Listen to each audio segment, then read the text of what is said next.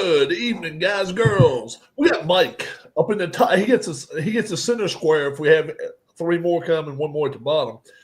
We got Brian, we got Tim, we got Keith, and yours truly, Rob, this evening. Harris Jessup was with me last night live from the Kia Center, so I have got his picks right here and all the scores as well. Last week, let's go see what we did college-wise. Doing the bowl game again. College-wise,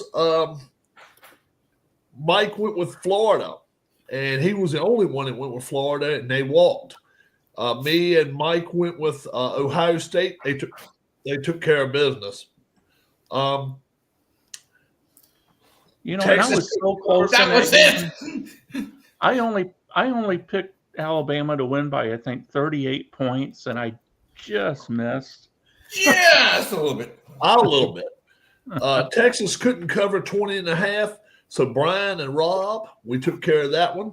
Kansas took care of business with Colorado. I mean, they cleaned the floor up and then mopped them afterwards. And they took care of business there. Arizona State, 3.5. We thought it was right on that one.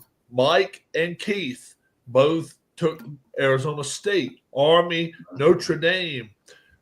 Me, Mike, and Tim, we gave up 17. We had no problem there. Notre Dame cleaned the floor up with Army. And then Alabama, Oklahoma, Brian and Rob. We took Oklahoma last week. Boy, people down there are talking about that game. I don't think I had the upset. No, I didn't.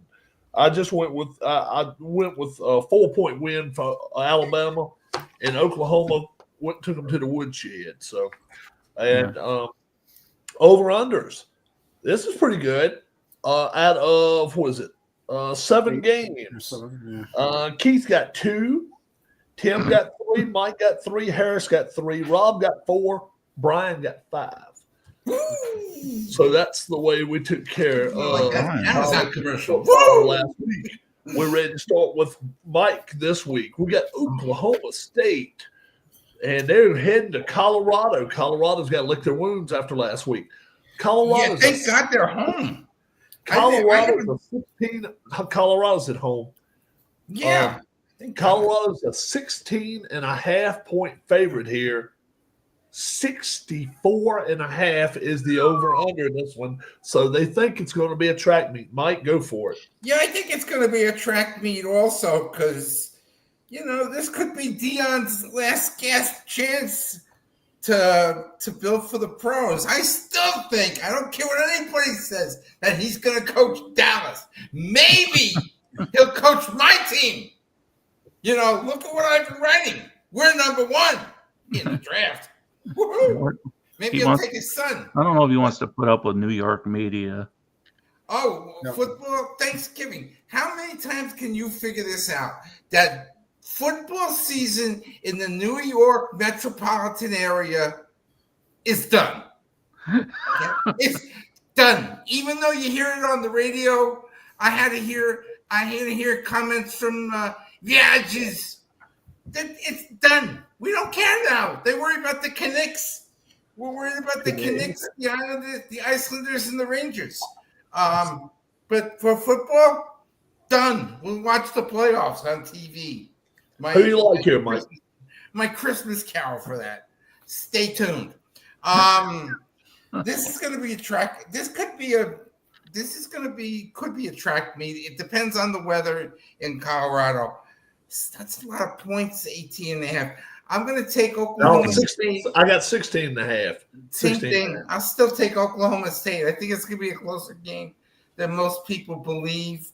I know Oklahoma State may be done for the year and packing up, but I still think it's going to be too close. I'll take Oklahoma State and the points, and I think I'm going to go under in this game. Under in this game of 64.5. All right, Brian, go for it.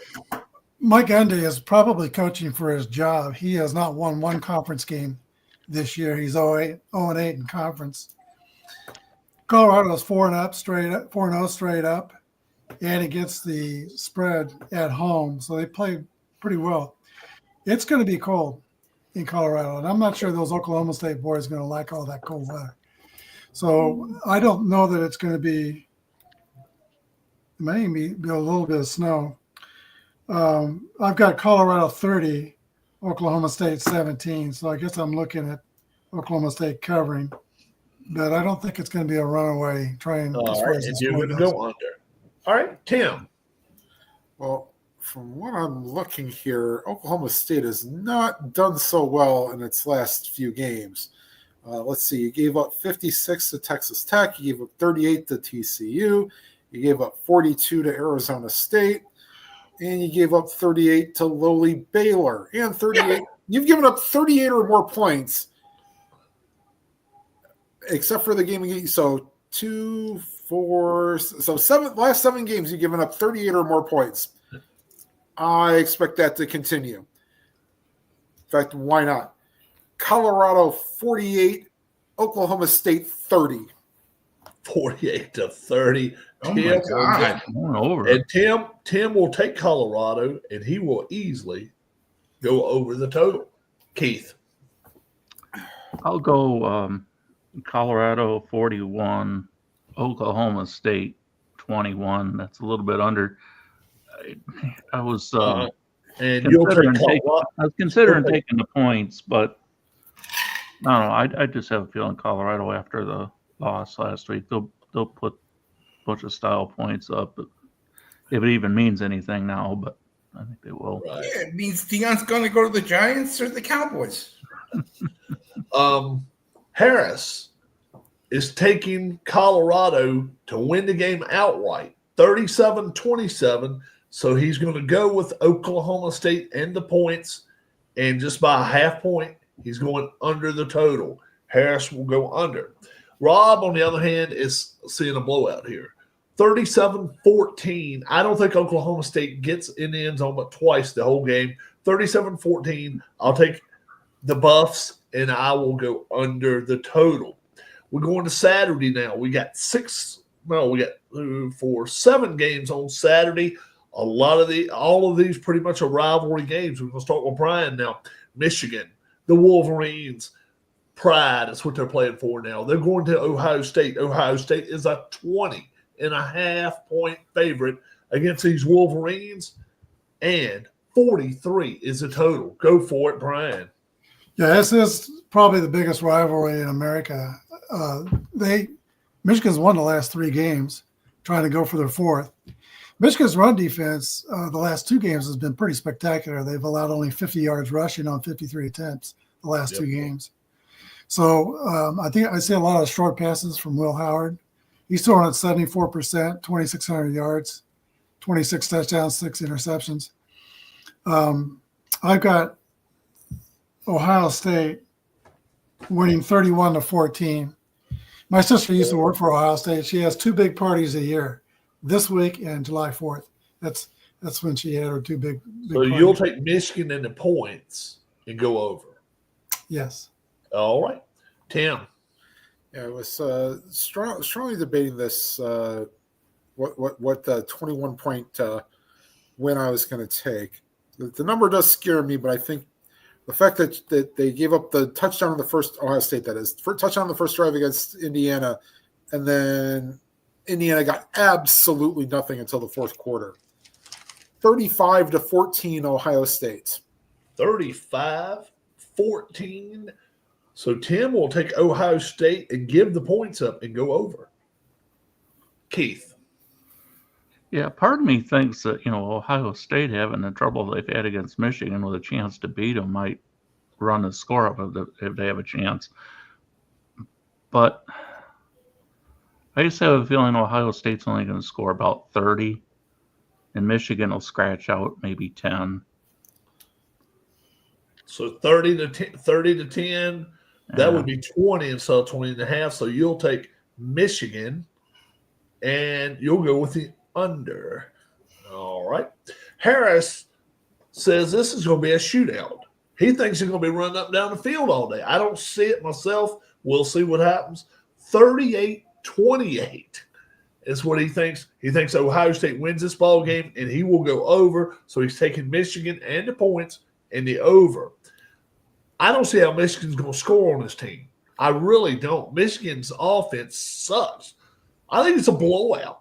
37-3. I think they're going to be lucky to get any points. I won't be surprised if they get a shutout on this team. 38. Well, part of me thinks that Indiana was a tougher team to play than Michigan this year. Well, I think so.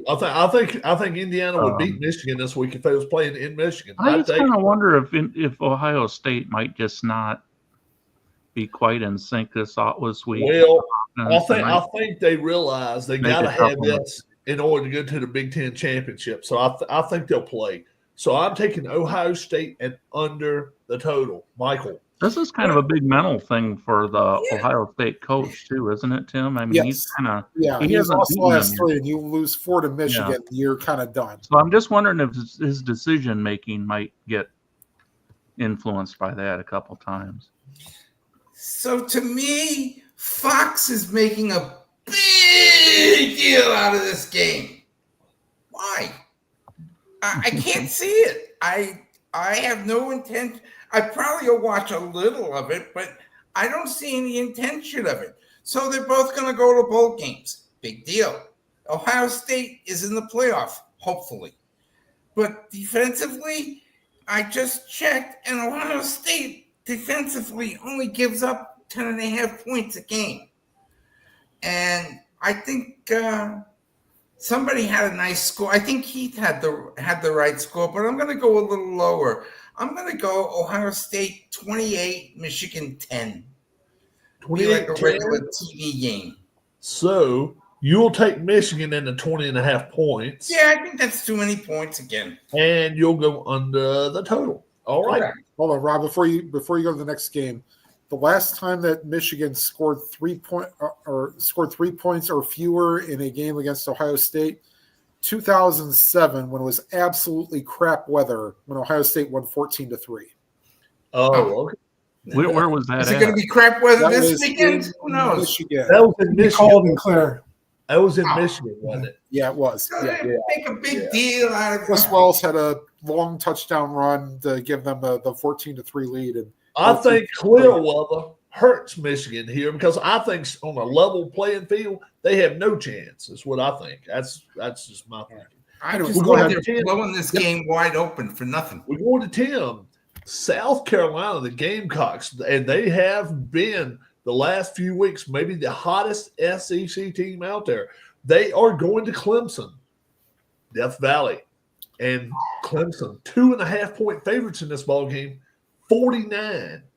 Go for it, Tim. I thought Clemson was going to poop the bed last week, but they proved me wrong last week or 2 weeks ago. I don't really know anything about these two teams. In fact, I'd like to know the last time South Carolina actually won a game in this series. It's probably pre-Dabo that they did it. Don't think it's going to be that way this year. What's this, 2.5?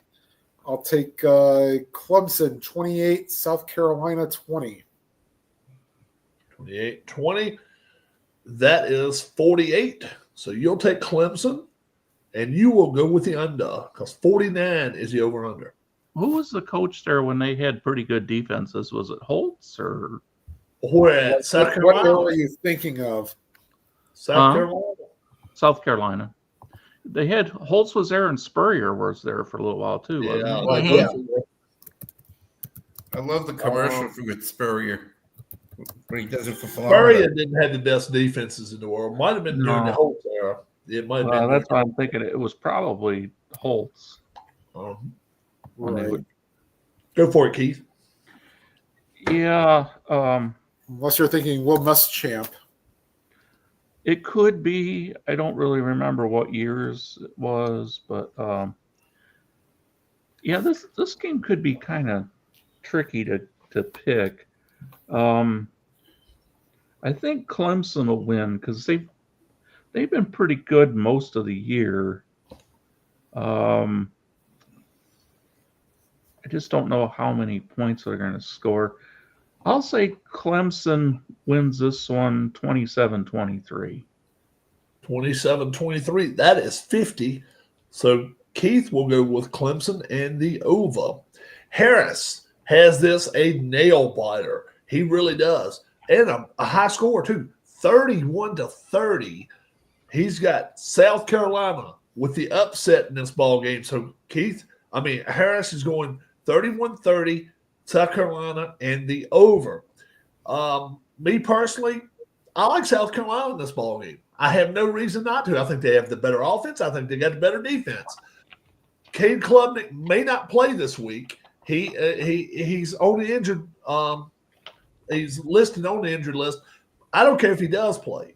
I think South Carolina has their number. 23-21 straight up. I will go. That is 44 points. I will go with South Carolina and the under. Mike, what's up, Daniel Berry? You're right. This is probably the better game of anything this week. It's Death Valley, though. Clemson's fans come out in Death Valley. I think this game, you're all thinking in the right ballpark. I think this game is going to go into overtime. I really, really do. And I think Clemson's going to pull it out, and I think they're going to win 20. Well, Keith had my theory of score, so I'm going to stick with it. 27-24 Clemson in overtime. 27-24 at is 51. What game was the 4 overtime game last weekend? I need a better number. It was a 2-point contest, I think. Yeah, it got at the end. It became a 2-point contest. Who was it? You don't have to. It was on the top of your head. We don't have to hold up the. How many? Would you say it was a 4 overtime game? Yeah, there was one. I think it was. Brian, go ahead, Brian. Okay, well, we're wondering about that. What Rob said kind of has caught my ear. South Carolina is a hot team, probably the hottest team in the SEC right now. But if I had Clemson winning by 1 point, I had this game very even. But with Klubnik maybe not playing in an even game like this, I don't think he's got some other players. I think he's going to play him, but I think he's got a little bit of an injury. A&M Auburn, Keith. Okay, A&M Auburn. That's it. Okay, Clemson does have some other players. Marford has over 1,000 yards rushing already. DJ Barker on the defensive ends having a great year for Clemson. Clemson started kind of slow, but every week they got better and better and better. And I still see them as ascending. Before the show, I had this Clemson 27-26. If you think Klubnik's going to play, I'll stay there. Clemson 27. All right, 27-26. So you'll take South Carolina and the 2.5 points. So I'll give you South Carolina and the over for Brian. We're going to Keith now. Miami, the Hurricanes, still got a chance of making their playoff. 11-point favorites going to Syracuse. 67.5 points is what they're looking at this week. Gosh. Go for it. 67.5?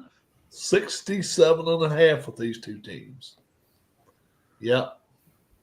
All you got to do is look at the two quarterbacks and see how many touchdowns they got. That's what. Or if you're, whatchamacallit, the Ohio State transfer, how many interceptions he could throw. Yeah. I'll say Miami 44-20 then. 44-20. And Keith will go with Miami and the under. Harris this week, 47-10. He said this is going to be an absolute blowout, 47-10. So give Harris Miami and the under. Yeah, I had to force myself to give Syracuse a few more points. I was going to go lower, but yeah, and I think Syracuse is going to score too. I really do, but I don't think. I think Miami. They realize they got to have this win in order to make it to the ACC championship. They're not guaranteed it if they win. I think. They are. They're guaranteed it if they win.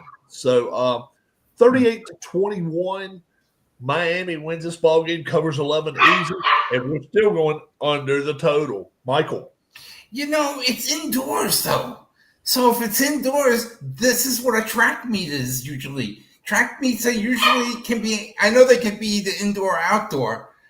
Oh, Miami's a good team. I don't know why Syracuse. To me, Syracuse is home of the football announcers. Okay, let me tell you, there's so many of them that come out of Syracuse. 11 points.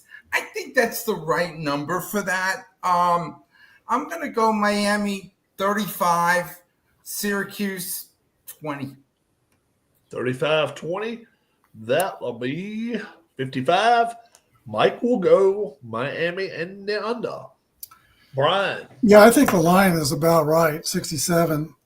Like you said, Cam Moore's thrown for 3,700 yards and McCord's thrown for 3,600 yards. As Tim said, McCord could throw interceptions.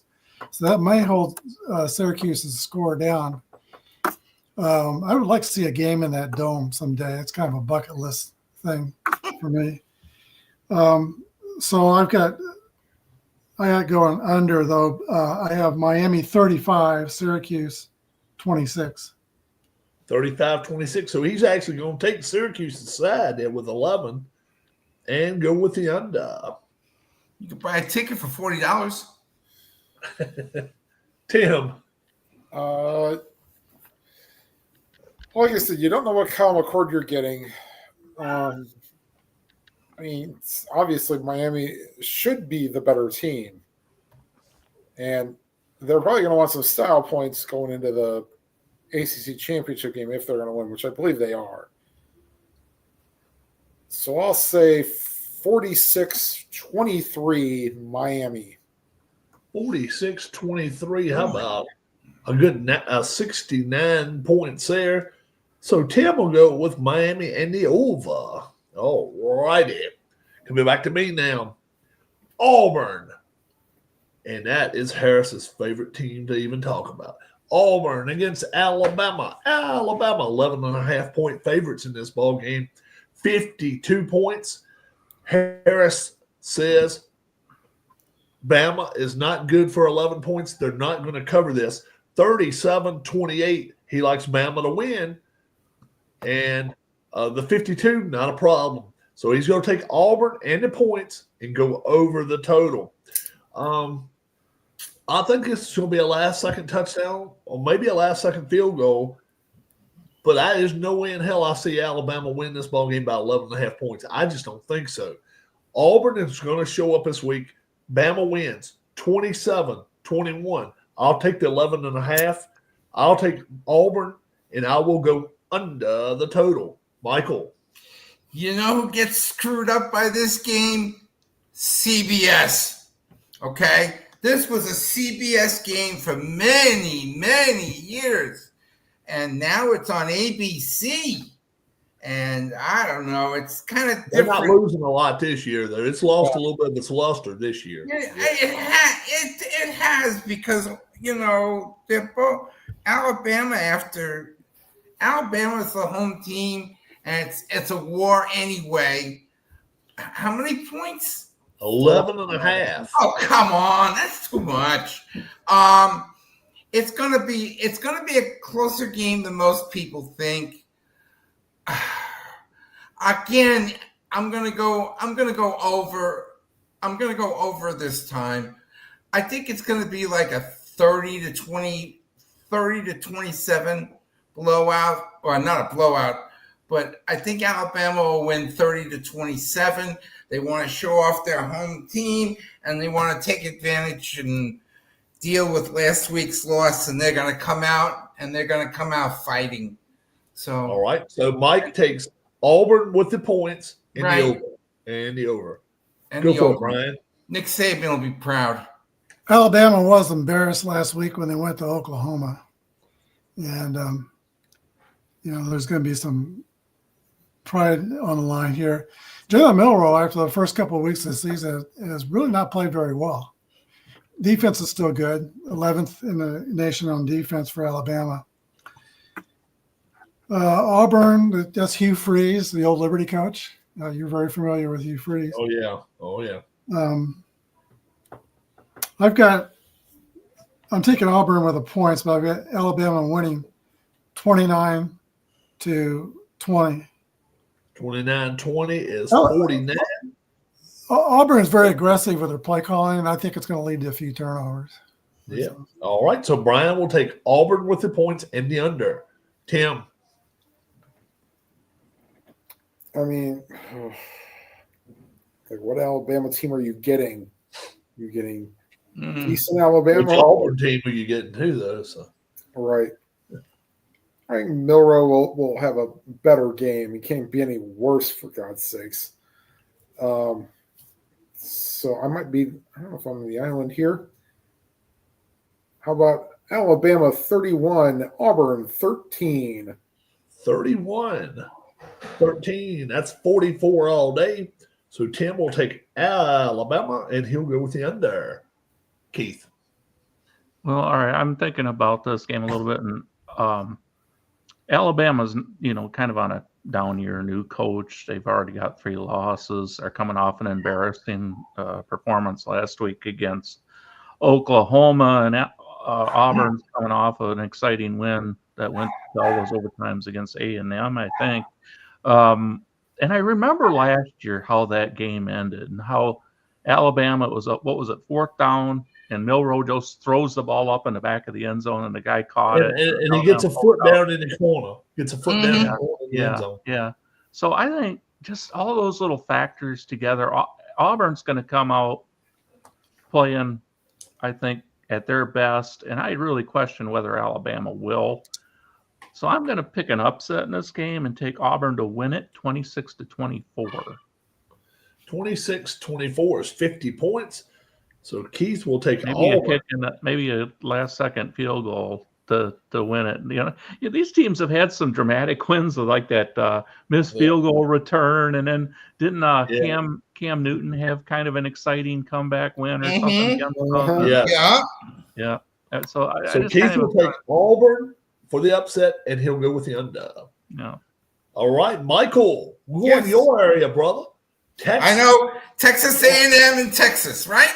Texas, 6-point favorites playing against Texas A&M. Mm-hmm. 48 in the hook. Have at it, Michael. 48, yeah. Well, at least game day is going back down there again to College Station this week.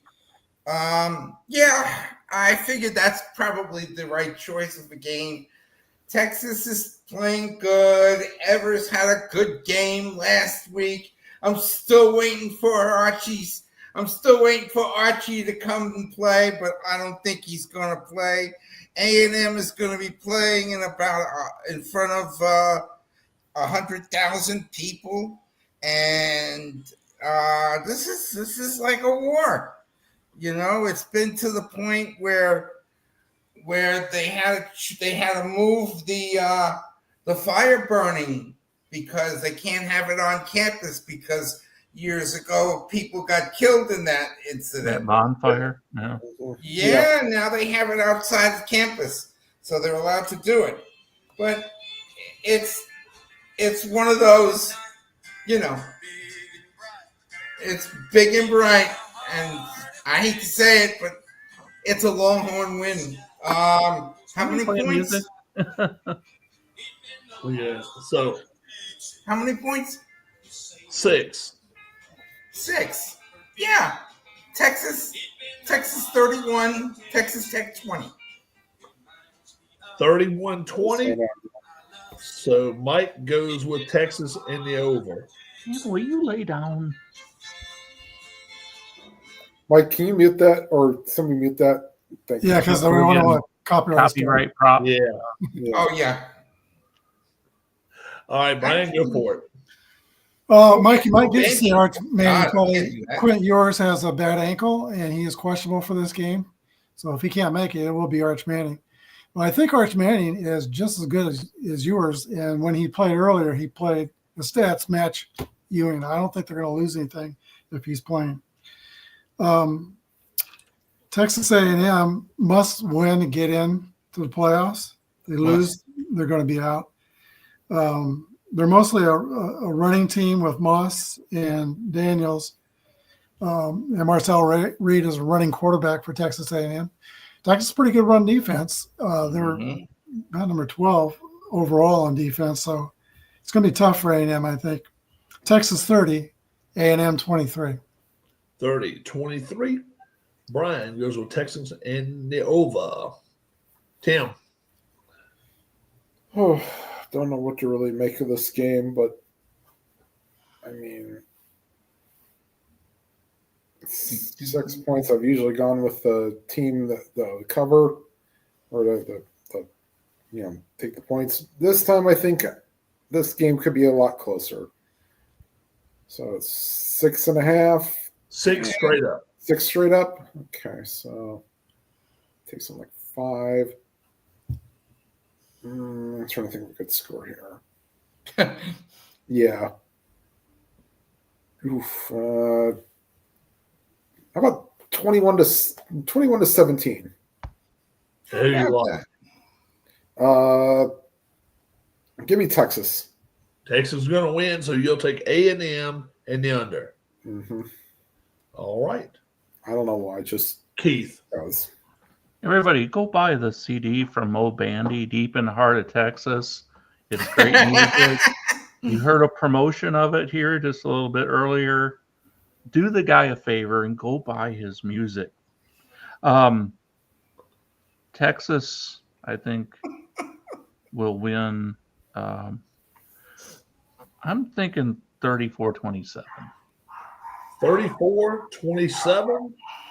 And that will be the over for Keith. So Keith will take Texas in the over. Harris, he likes over, and he likes Texas in this ballgame. 38-27. How about 65 points more scored in the game? But so he'll take Texas and the over. Meanwhile, I'm going to be a little more conservative. It's 48 in the hook. I'm going to go as far as 48, but that's as far as I'm going to stop it. 34-14, Texas blows A&M out. I will take Texas and the under. We go to Brian. Kansas State traveling to Iowa State. Iowa State's a 3-point favorite, 52. Go for it, bud. This game is known as Farmageddon in this Midwest part of the country. And when these farmers get together, it's going to be a hard-hitting game. Avery Johnson, quarterback for Kansas State, if he throws 2 or less interceptions, he's undefeated. He's 9-0. If he throws more than 2 interceptions, or 2 or more, then he's 0-3. So he's got to be careful if Kansas State is going to have a chance in this game. Iowa State can get into the Big 12 championship game with a win here. So they have a lot to play for. I'd like to say, you got a bunch of Big 12 teams, a bunch of SEC teams in the championship bracket. But Kansas State, if you look at these leagues, Big 12, there's no bad teams in the Big 12. Even the bottom teams like Texas Tech and some of these schools, they can beat you. Kansas, they're beating everybody lately, and they couldn't win in the first. Whereas the Purdue's of the Big Ten and some of these schools, they're not very strong. So the Northwesterns. Yeah, Northwestern. Some of the high teams, they got gaudy records. Unlike Big 12, who doesn't, because they beat each other in the Big 12. Mm-hmm. So that's just my little rant. I think Avery Johnson's going to hold his interceptions down to less than 2, and K-State's going to win the game 28-24. 28-24. That's right on 52. Help me out. We'll go let's go 27-24. 27-24, and you're taking Kansas State. Yeah. All right, so Brian will take Kansas State and the under. Tim. Problem is Kansas State's not played very well their last few games. So, I mean, if stuff rolls downhill, I think maybe Kansas State will. Give me Iowa State 30, Kansas State 20. 30. I forgot to mention Iowa State's rush defense is like near the bottom of the Big 12. So with Kansas State being able to run the ball, there'll be less pressure on Avery Johnson, the quarterback, who also runs the ball really well. So we got Tim and under 30 to 20. You said, right? Yep. All right. I'm And so we going. got Tim and under for the Iowa State Cyclones. I'm going to go with Iowa State as well. 31-26. 31-26. Keith likes Iowa State, and he's going with the over.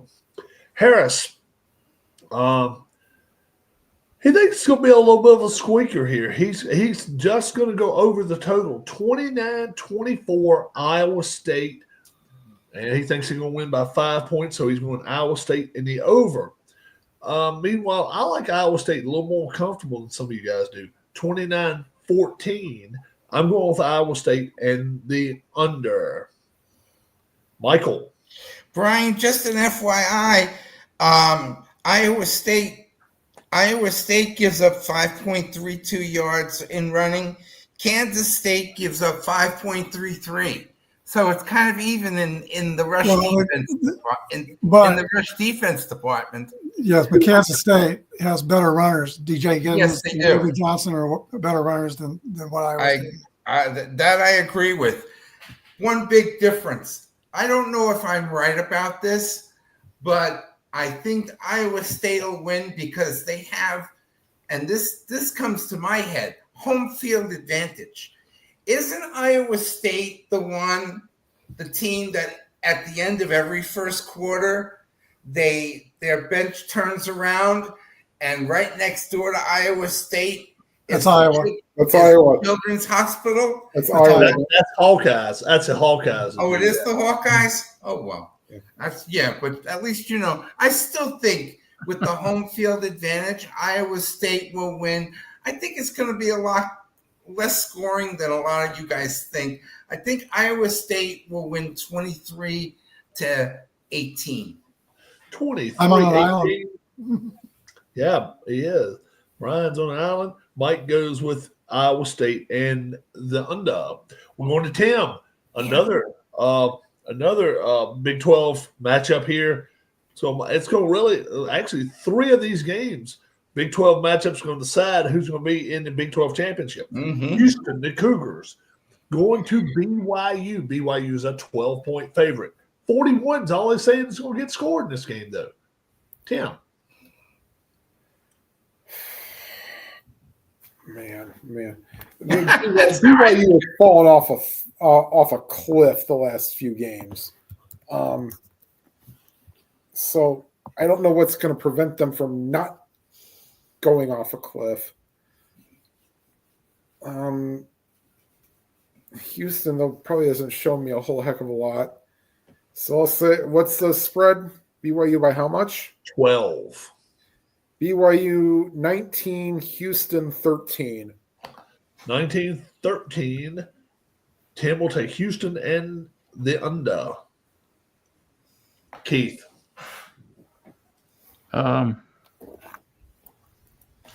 BYU 27, Houston 10. 27-10. That is 37. Keith will take BYU and the under. We go to Harris. Harris says this is going to be the absolute blowout game of the week. He likes BYU 37, Houston 10 in this ball game. I don't see it being that big a score. I really don't. I don't know if BYU's capable of putting 37 on the board against these guys. And I think Houston's going to score a little more than that. But I'm still going to take BYU, and I'll give up 12. But I think it's going to be a last-second field goal, a last-second touchdown. 28-14. 28-14, pretty basic score. I'll take BYU. I'll give it 12, but very, very and I'll go over the total. Harris goes over the total. Mike. Harris, you guys are right. BYU, I don't know if they're going to be able to score a lot of points against Houston. Houston's defense is terrible, okay? Their offense is nothing to write home about. Big difference, weather.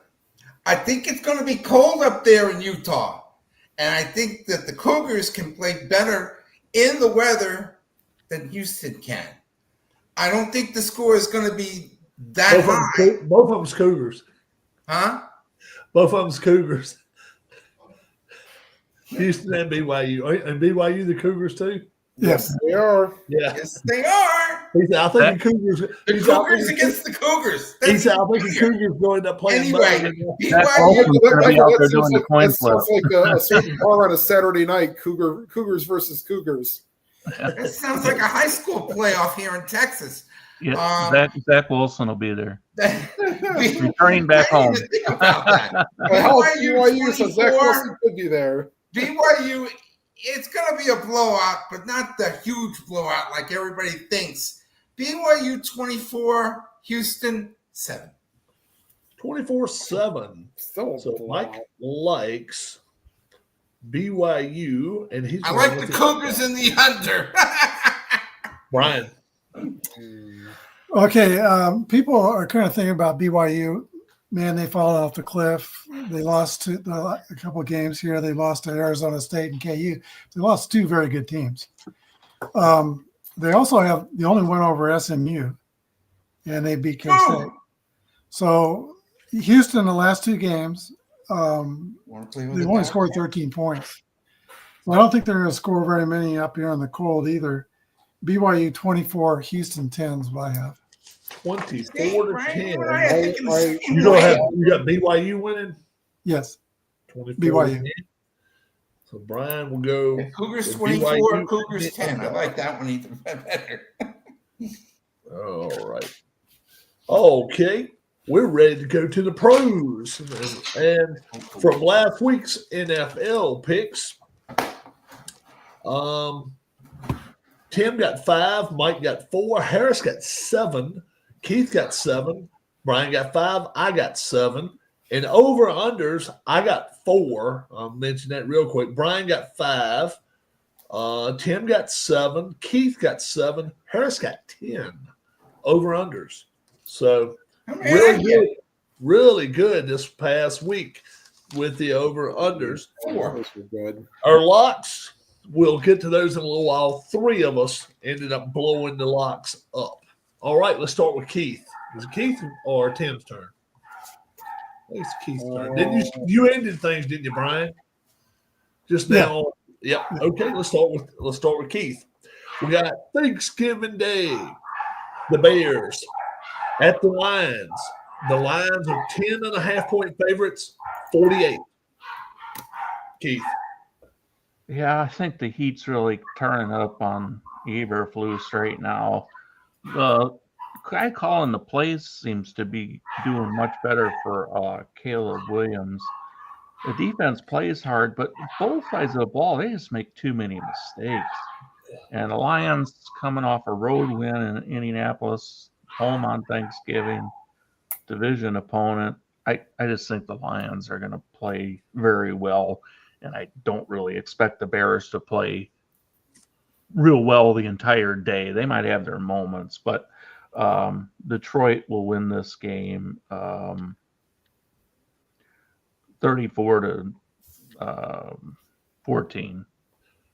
48. That's 47. 34-13 is 47. I thought he said 30. I thought he said 34. I did say 14. Okay. All right. You want 34-13 or you want 35-14? 33-14. 33-14. All right. So Keith will go Lions and under the 48. Harris, he liked this game big time for the Lions, but he's going over the total too. 41-10 Lions in this ball game. I like the Lions, but I also think the Bears are going to score some points here. So I got a little bit closer. 35-17, and we'll still go over the total. So me and Harris both went over the totals. Let's get Mike back in here. Put him on mute. As the dogs. Yeah. Hold on. All right, Mike, here we go, bud. Here we go. Go for it. First of all, let's check the weather in Detroit on Thanksgiving. It doesn't matter what the weather is. It's going to be indoors. So Dan Campbell Dan Campbell's going to try to look good on national TV in front of all his friends and family. Caleb Williams will get sacked 5 or 6 times by that defense. What was that What's that nickname of their running back tandem? Oh man, Montgomery and what's his name? They have a nickname. What? Jamar Gibbs. Yeah, Gibbs. Yeah, but they have a nickname. Thunder and Lightning. Something in Knuckles. And Sonic and Knuckles. Yeah, something like that. They're going to run all over everybody on national TV. I think Montgomery's out this game. I think he It don't matter. Still doesn't matter. You got Ahmed, whatever. And Goff's going to throw maybe a couple of touchdown passes. Detroit, 38. Chicago, 10. Yes, that is. Help me out, Mike. That's 48. Help me out. Detroit, 41. Chicago, Sonic 10. video game. All right. So it's Mike goes with the Lions, and he will go with the over. Enjoy your dinner. That's the dinner game. No, actually, the dinner game should be the next game. But go ahead, Brian. Oh no, the sleep game that's later. Okay, Detroit is on an 8-game winning streak. I think they will be missing Montgomery. They're also probably missing Decker, one of their tackles. He's not practicing this week so far. Chicago, Caleb Williams is beginning to look like the quarterback they hope to get when they drafted him. And I think, like you've already said, Thomas Brown, the OC, has made the difference for him. I've got Detroit winning this game 32-12. 32-12. That is 44. That is Brian taking the Lions and under. Tim. You're right about where I was. I'll say Lions 30, Bears 13. 30-13. That is Tim taking the Lions and going under. Comes to me now. The 3:30, 4:30 game in Eastern time. Giants at the Cowboys. The Cowboys are a 4-point favorite in this ball game, 38 points. And Harris says this is not going to be a game. He says this is their last win, and this one's going to be on a platter. 37-17 Cowboys. He's taking the Cowboys and the over in this ball game. 4 points is too close, too much. I mean, it's not enough, though.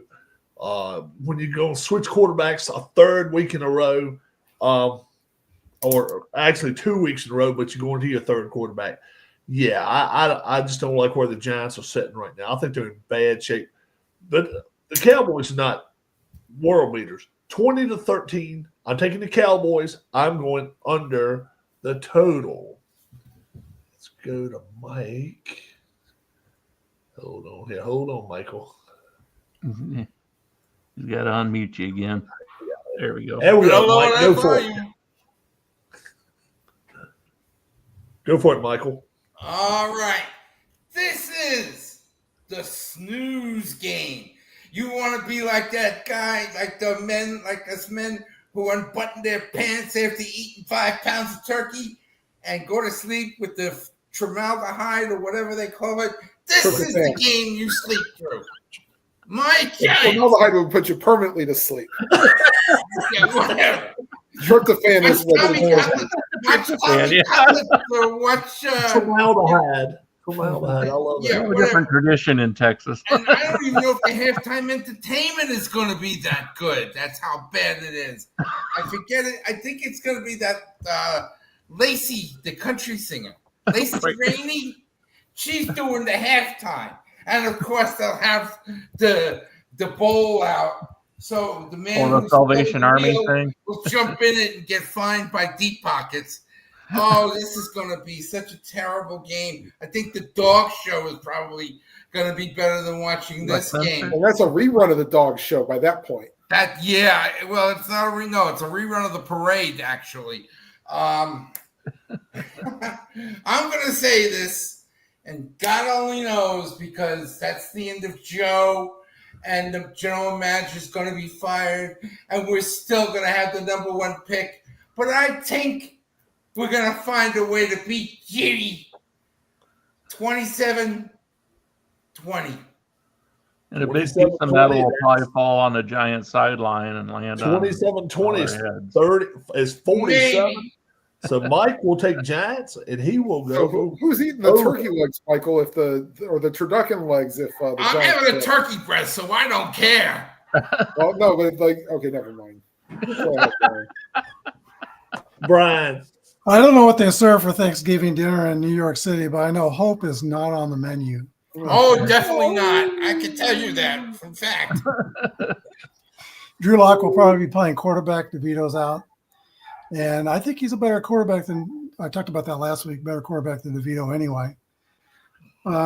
This is a home game for Dallas, so that scares me. They've been awful at home.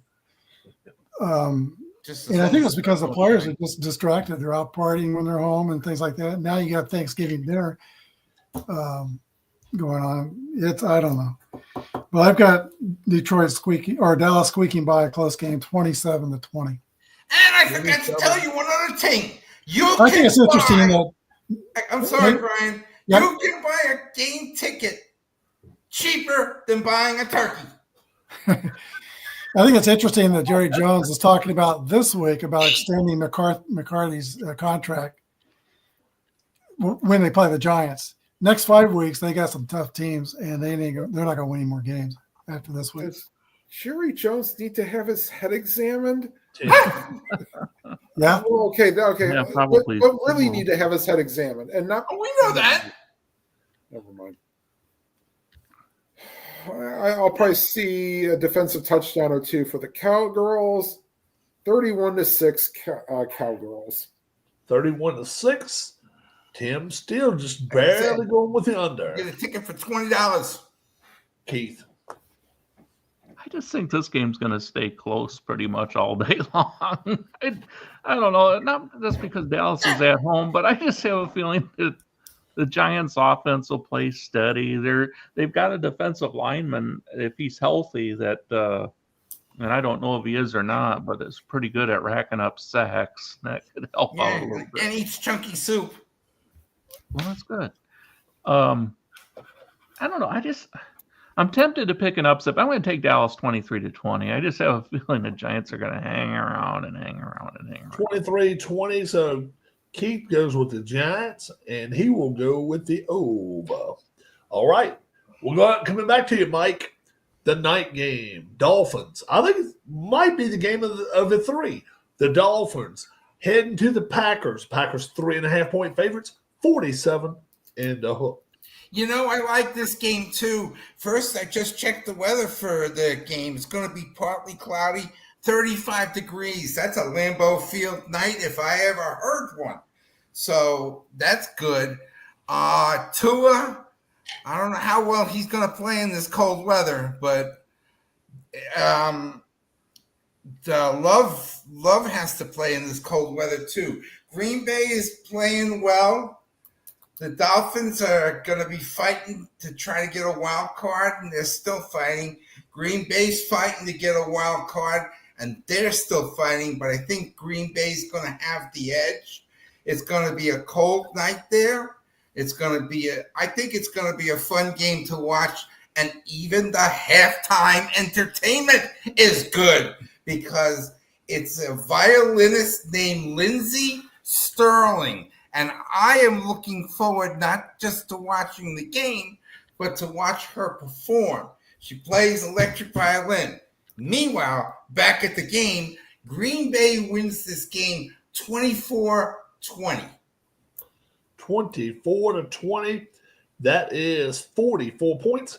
So Mike will take the Packers, and he'll go under the total. Brian. I just checked the NFL weather site just before I got on tonight, and they're saying a little bit colder, 28 degrees, slight chance of snow. Okay. So Miami, when they've played their last 11 games under 40 degrees, they're 0-11. That makes a big deal when it's cold for Miami.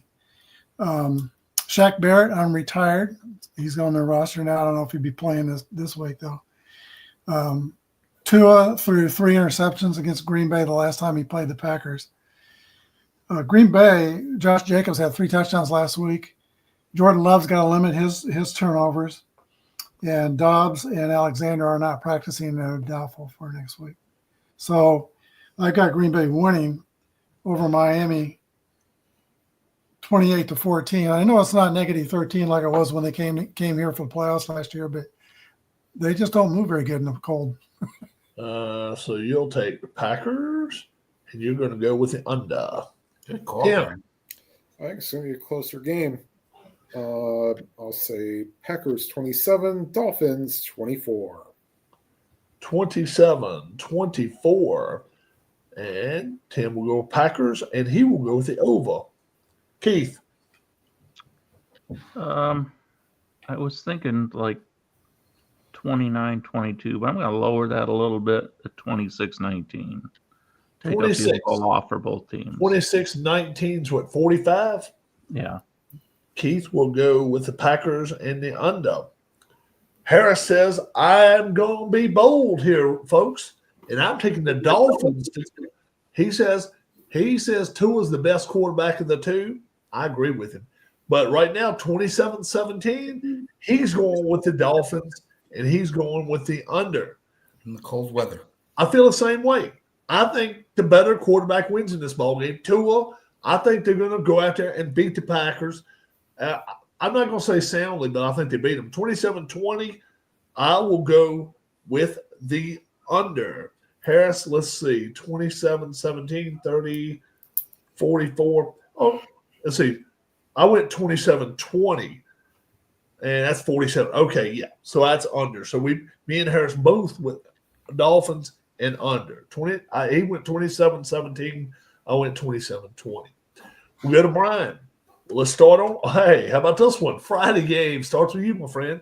Raiders at the Chiefs. The Chiefs are 13-point favorites in this ball game, 42 and a hook. Have at it. I'm not sure Las Vegas wants to win this game. They might be going for the number 1 draft pick. Oh, we're number 1. What's Okay, doing with the candy store? That's down in the Smoky Mountains down there. He's actually it's a couple days ago. He's in the candy Oh, store. wow. Well, he's making his selections. Yeah. Trying some It's like a samples. Five Below. Gatlinburg, Tennessee. Minshew is injured out for the season. Yeah. Last time O'Connell played against the Chiefs, he could not complete a pass in the second half. Chiefs are going to be motivated. They remember what happened to them last Christmas Day when they got upset by Las Vegas. And they were dominated on the line of scrimmage. Now for the Chiefs, the cavalry's coming.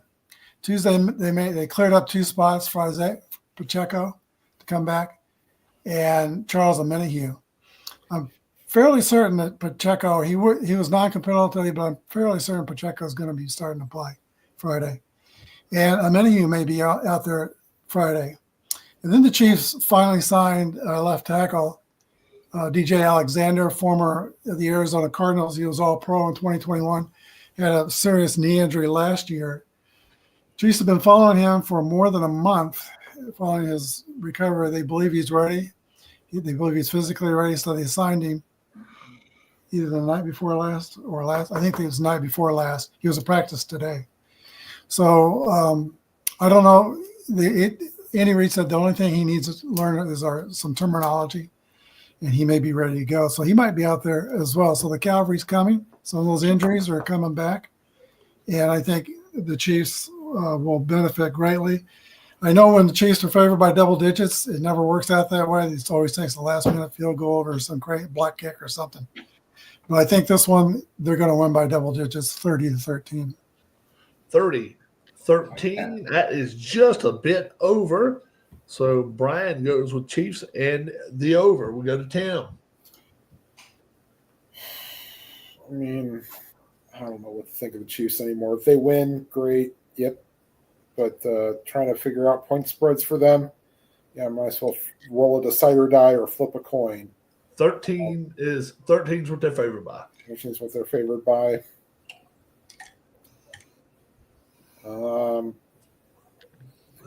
what the heck? I mean, they've not had much faith. Chiefs 24, Raiders 12. 24-12. So you'll take the Raiders in the points, and you'll go under. Keith. I believe in Mahomes and Kelsey. I think it's going to be a game where those two connect a lot. Chiefs 35, Raiders 13. 35, 13, 48. Keith will go with Chiefs and the over. Harris says this might be another just close game for AFC West. 20-17, Chiefs win it. But so he'll take the Raiders and the points and go under the total. I don't think it's going to be quite as close, but I still think 13 is too much. I just think the Chiefs play down to their competition. Doesn't matter how bad the Raiders are. They just don't go out there and flex their muscle. They haven't all year. Chiefs 27, Raiders 16. So with the points, I'll take the Raiders, and I will go over the total of 42 and a hook. Michael. Well, before you start, can I say something? Okay. Real quick? Yes. Yeah. Hold on, Michael. For those of you out in internet land that do not have Amazon Prime, if you have a Twitch subscription, you can go to twitch.tv/Prime Video, and you can watch this game on Twitch. Okay. Public service announcement over. How much is Twitch, by the way? I'm one of them that don't have Prime Video, so that's I don't either, but they show it on a local channel. Right. Oh, Yeah, okay. Comcast carries it, I think. Amazon football games you can watch on Twitch. How I much think, is I think Twitch? Comcast has Free. it too. Twitch is free. Oh, is it? Oh, okay. Yeah, Twitch is kind of like, but we won't say what it's kind of like, but it's kind of like. What letter? The A word? Kind of like the YOUTUBE. But Gotcha. we won't say that loud. Yeah, All the right, Y all right, word. That's all. go for it. Brian, first of all, I owe you an apology, but you answered my question about Pacheco. I thought he was going to play, but I'm looking at a line here. This is how funny this is going to be. This line predicts Kansas City 75, Las Vegas 14. Okay? Who said that? This is a line. This is a site called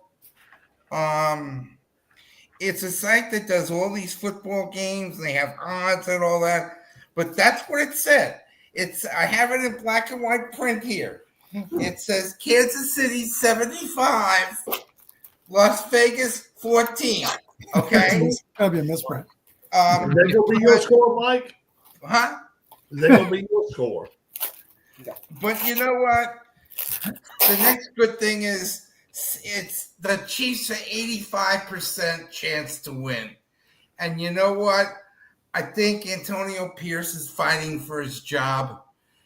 And they're on, I'll say it, national TV.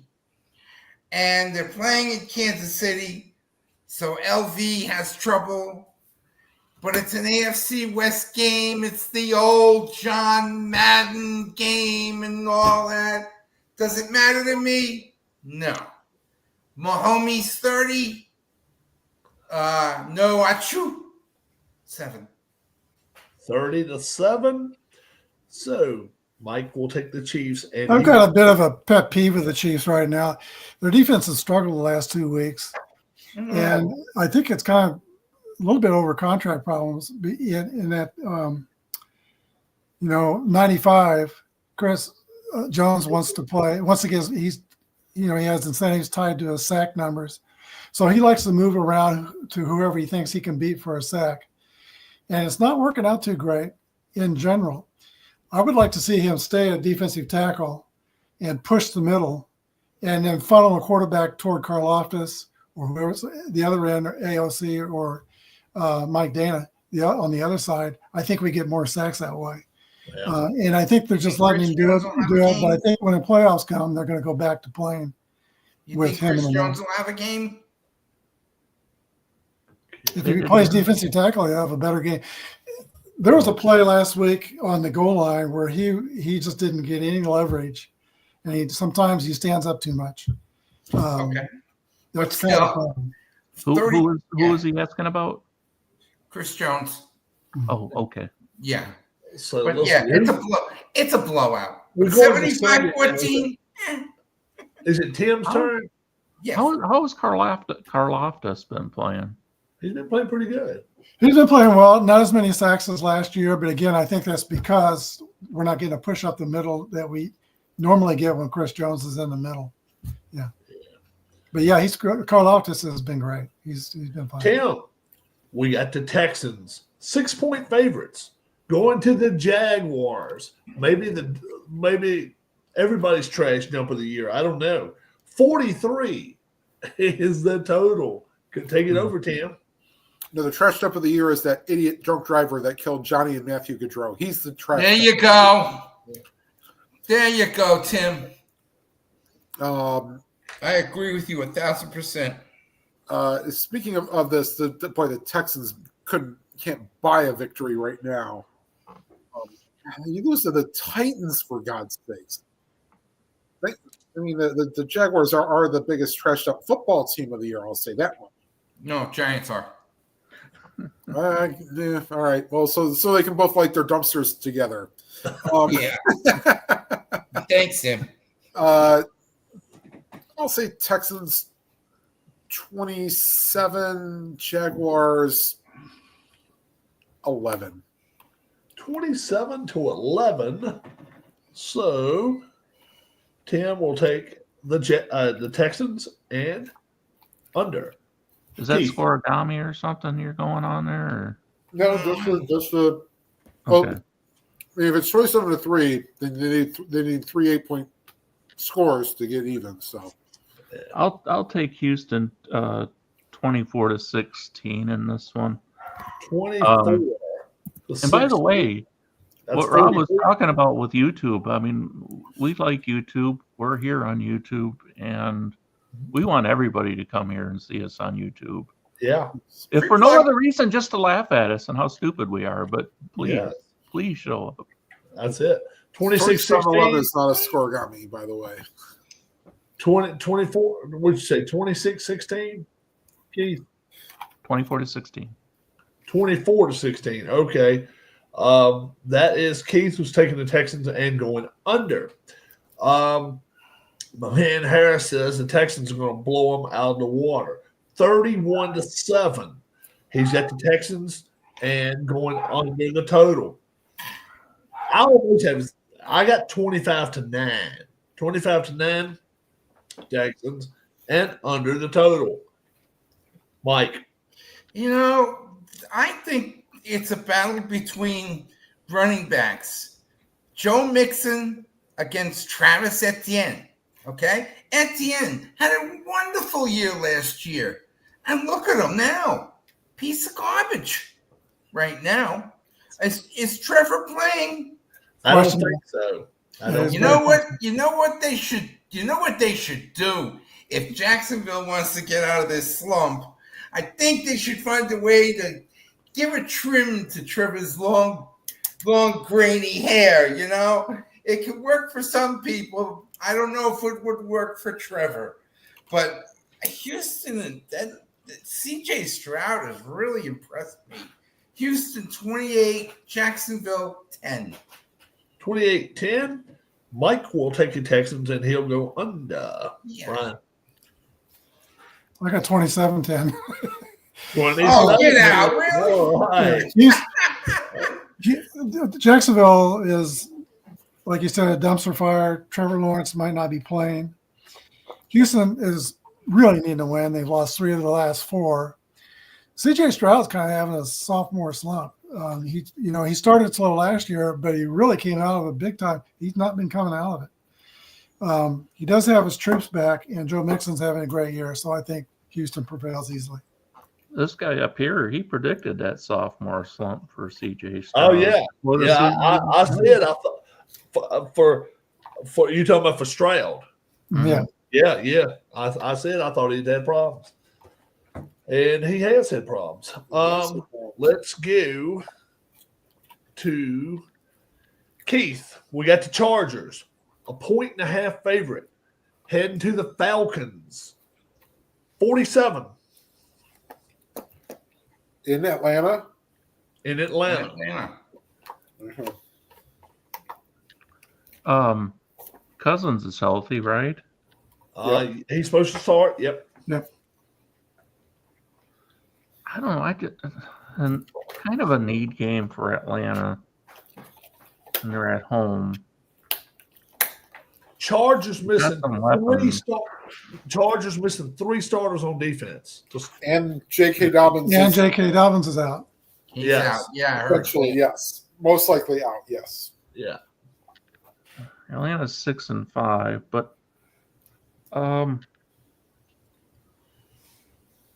Chargers, their defense has been very reliable for them this year, and if they've got injuries, that could be a problem. Robinson might have a big game here. I'll go with Atlanta to win this one. I'm not real comfortable in taking them to win, even with the injuries and such, but I'll go ahead and take the Falcons to win this one. 27-20. 47 total. 27-21. 27-21. You're taking the Falcons. Yeah. All right. So Keith will take the Falcons and go with the over. Harris here in this ball game, he says he thinks the Chargers win decent or maybe not so comfortable, but they're going to win pretty easy. 23-13. He says Harbaugh, the best Harbaugh is what he told me, will win this week. So he will take the Chargers and go under. I'm with Keith in this ball game. I think the Falcons are the better team. I think the Falcons have a better offense. And guess what? Chargers gave up 30 last week. Yeah, their defense here the last couple of weeks, they're starting to crack a little bit. And Bosa is only on the list too, is also being injured, but he's supposed to play. They're not getting pressure to the quarterback like they were. Atlanta's offense is still there. 23-21, a squeaker, 44 points. I will go Falcons and the under. Michael. You know, I thought I was going to be on the island thinking about this game. First of all, the Chargers played Monday night. Disadvantage. Number 2, Michael's great theory. West Coast versus East Coast. You know how I feel about that. Mm-hmm. It's indoors, so that's not an advantage. But Atlanta's home crowd is a really big advantage over listening to the boringness of Sophie. I think Atlanta's going to win the game outright, and it's going to be one of those. I think this could be an overtime game, and it's going to be one of these cool field goals. 27-24, Atlanta. 27-24, so Mike goes Falcons and with the over. Brian. Yeah, short week for Chargers, cross-country flight, and an early game. So the Chargers, they gave 150 yards to Derrick Henry last week. I mean, Henry just plowed through them. And now they got to face Bijan Robinson. That's not going to be an easy task. So I'm liking Atlanta in this game. They're coming off a bye.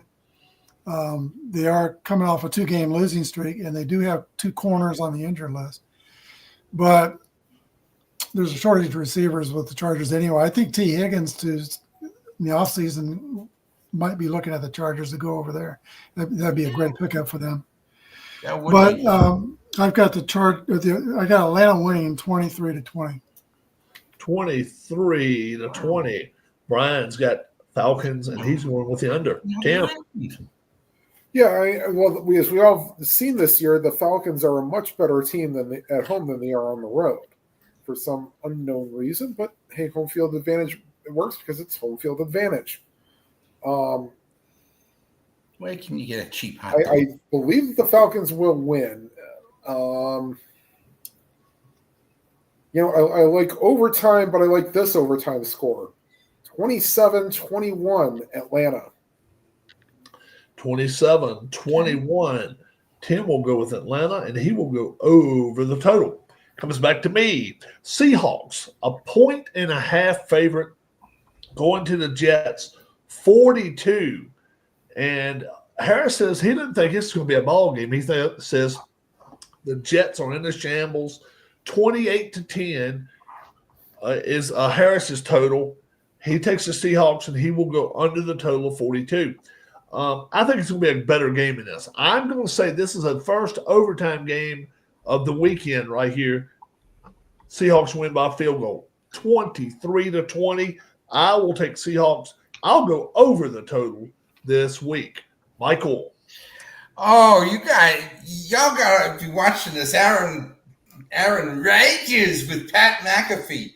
Oh my God, he is I've trying seen that to. interview. I've already seen that interview. Yep. Oh yeah, he I think he's trying to get away with something. He don't want to take any stands because they're gonna put him on the bench.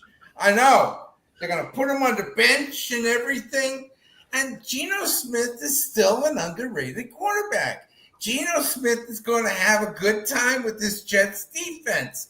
I know it's West Coast, East Coast, but this is different. Why? Because it's the Jets. Seattle 30, Jets 14. 30-14. Mike takes Seahawks, and he'll go over the total. Brian. I'm a little bit worried this could be a trap game for Seattle. They play Arizona next, and that's a very important division game for them. But Geno Smith is playing great. Aaron Rodgers, if he's on the bench, he could do a better job running the team, calling the plays, and making the player personnel decisions. He could do better there. He's got knee swelling. And Breece Hall has knee soreness, so he didn't practice today either. So I think they're going to play, but they're not 100%. I've got Seattle winning a close one, 21-20. 21-20. So you'll actually take the Jets with 1.5 then. So Yeah. we will go Brian, 24. You said 21-20. Yeah, I couldn't make up my mind. 21-20. 21-20, we'll go with Brian in the under there. Tim. And while the Jets are a dumpster fire, I mean, the Seattle offense has been very hot and cold. But they beat Arizona last week, so that's a good win.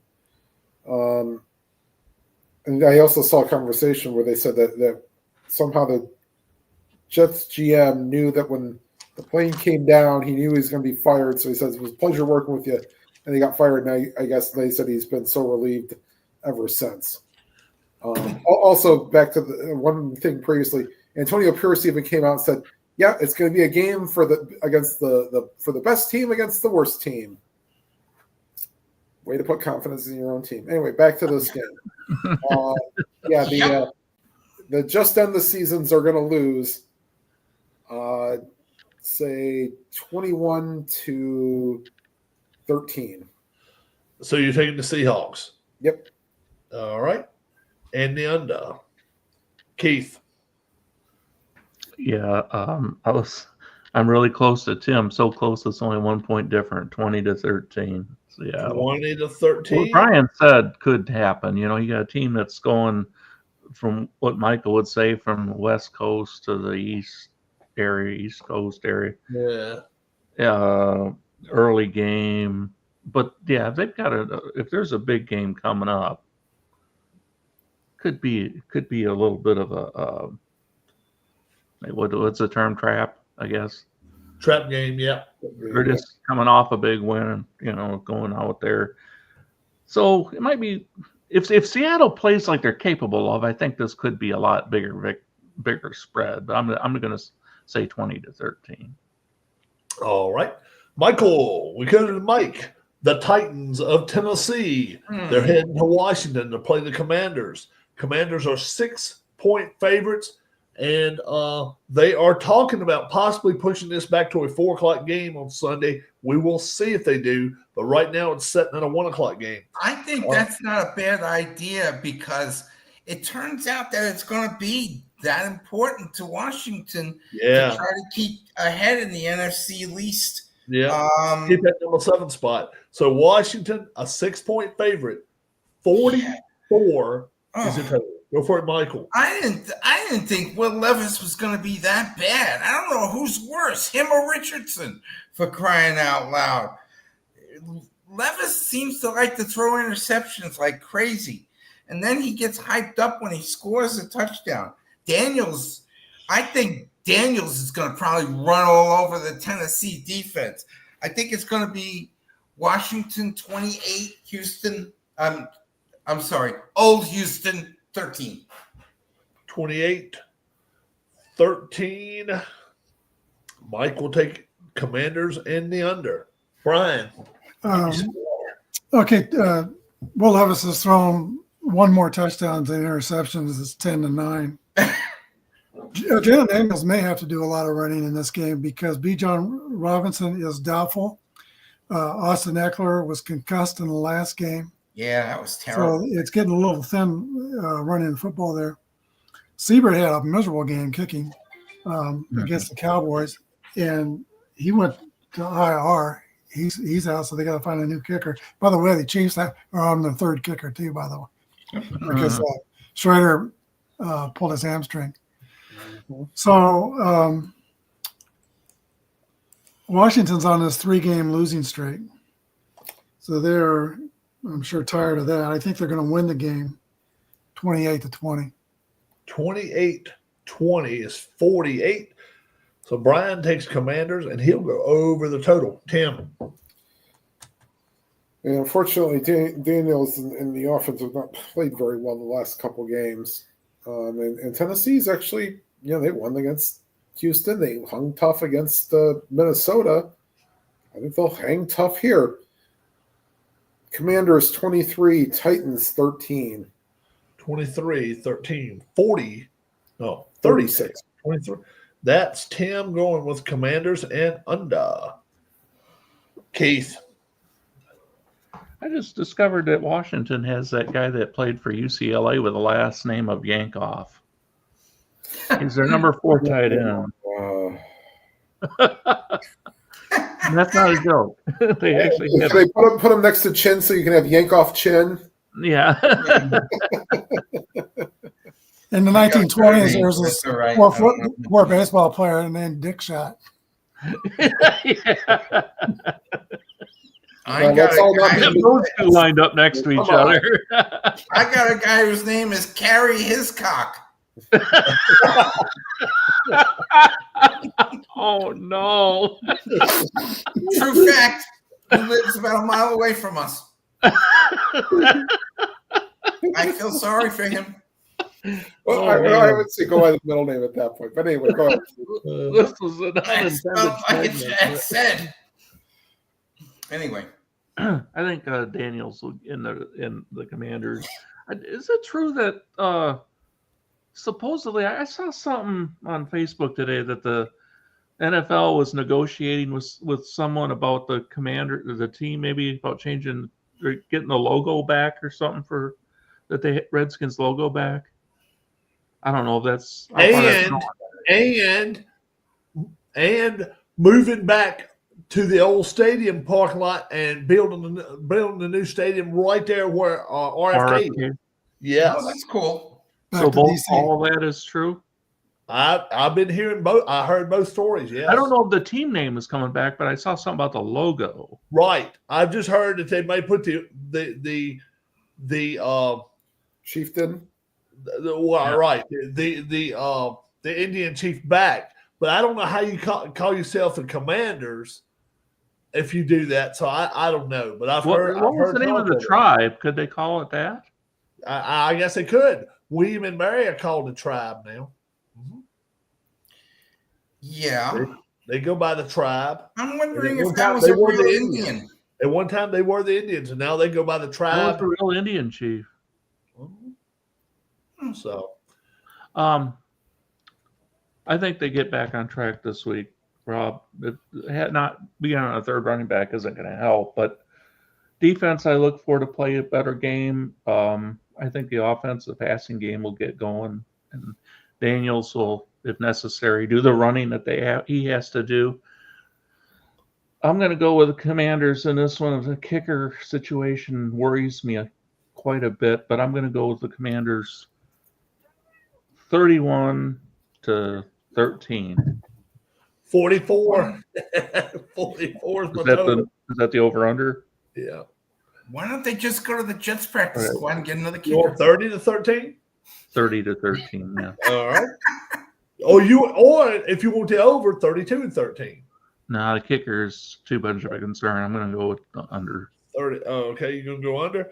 Harris, he likes Washington here pretty comfortable by 2 touchdowns, 24-10. He says he just don't think the Titans are that good offensively. I think the Commanders scare me offensively now. There's no way they can go cover 6. There's no way in hell they cover 6. I'm going to be the only one that takes the Titans in this ball game.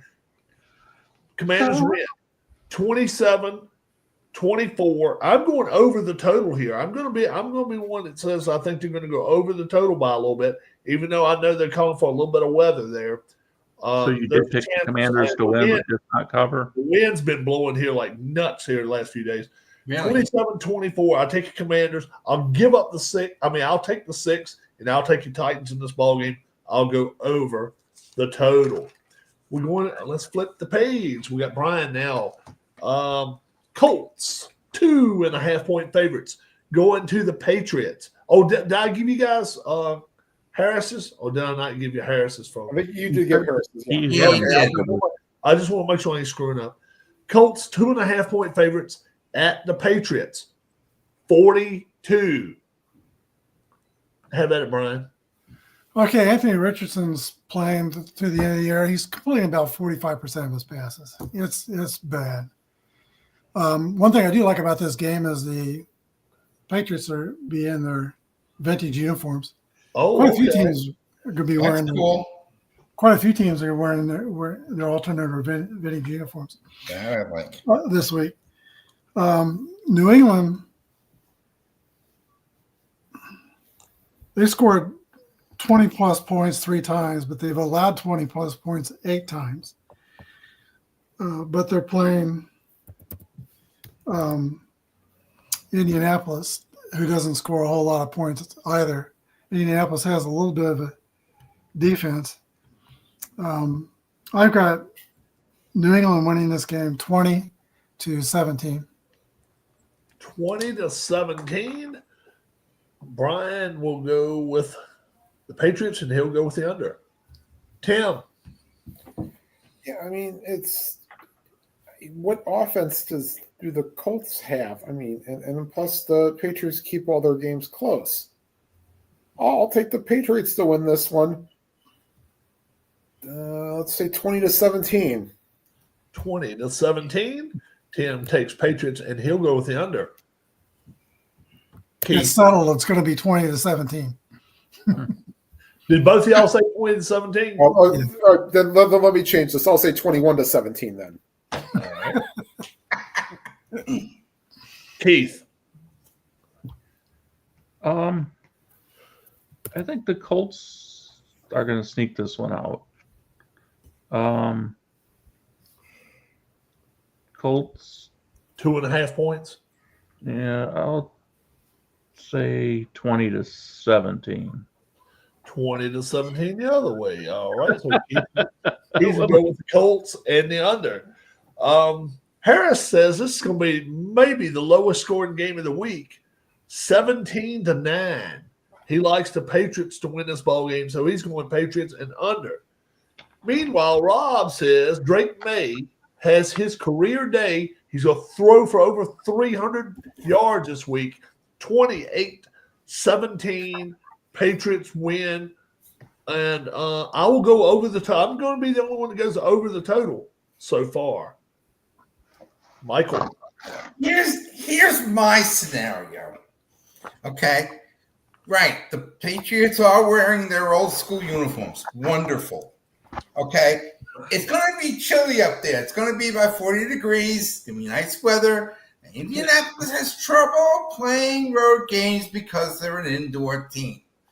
Here's what could happen, though. It's going to be a low-scoring game, so I'm going with the under. But my boy Pat McAfee is going to get a phone call after his performance on Saturday at College Game Day, and the coach is going to call him and said, "Yo, Pat, we need you. Our kicker got a hernia. You got to come up here and help us win this game." So he's going to come up. He's going to wear his uniform, and the game's going to be a piece of garbage game.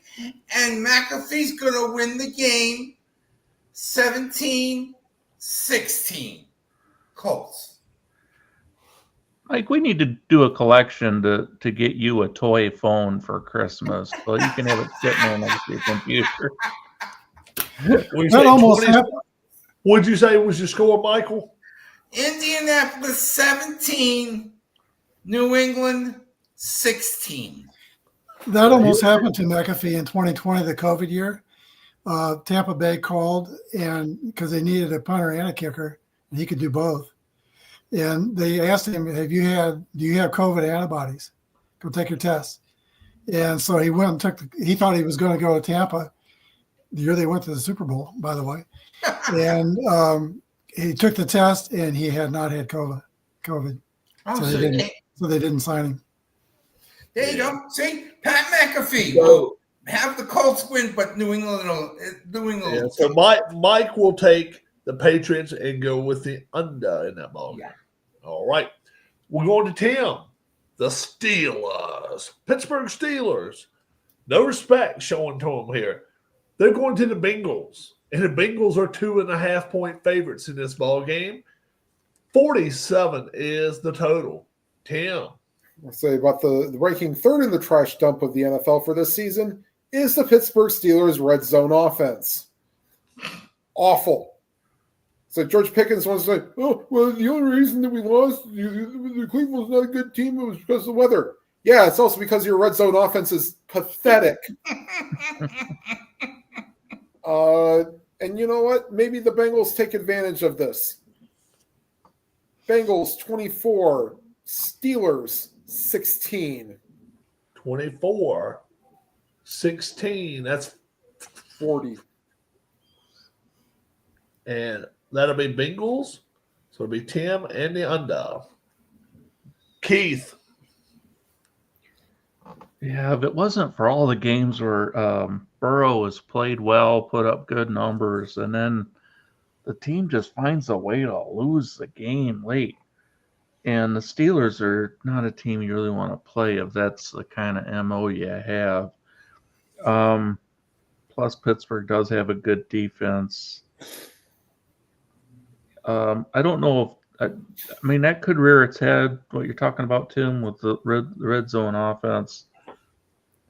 But I'm still going to take Pittsburgh to win this game. They might have the coaching advantage. Pittsburgh 26, Cincinnati 20. What's the spread? 47 is a total, 2.5.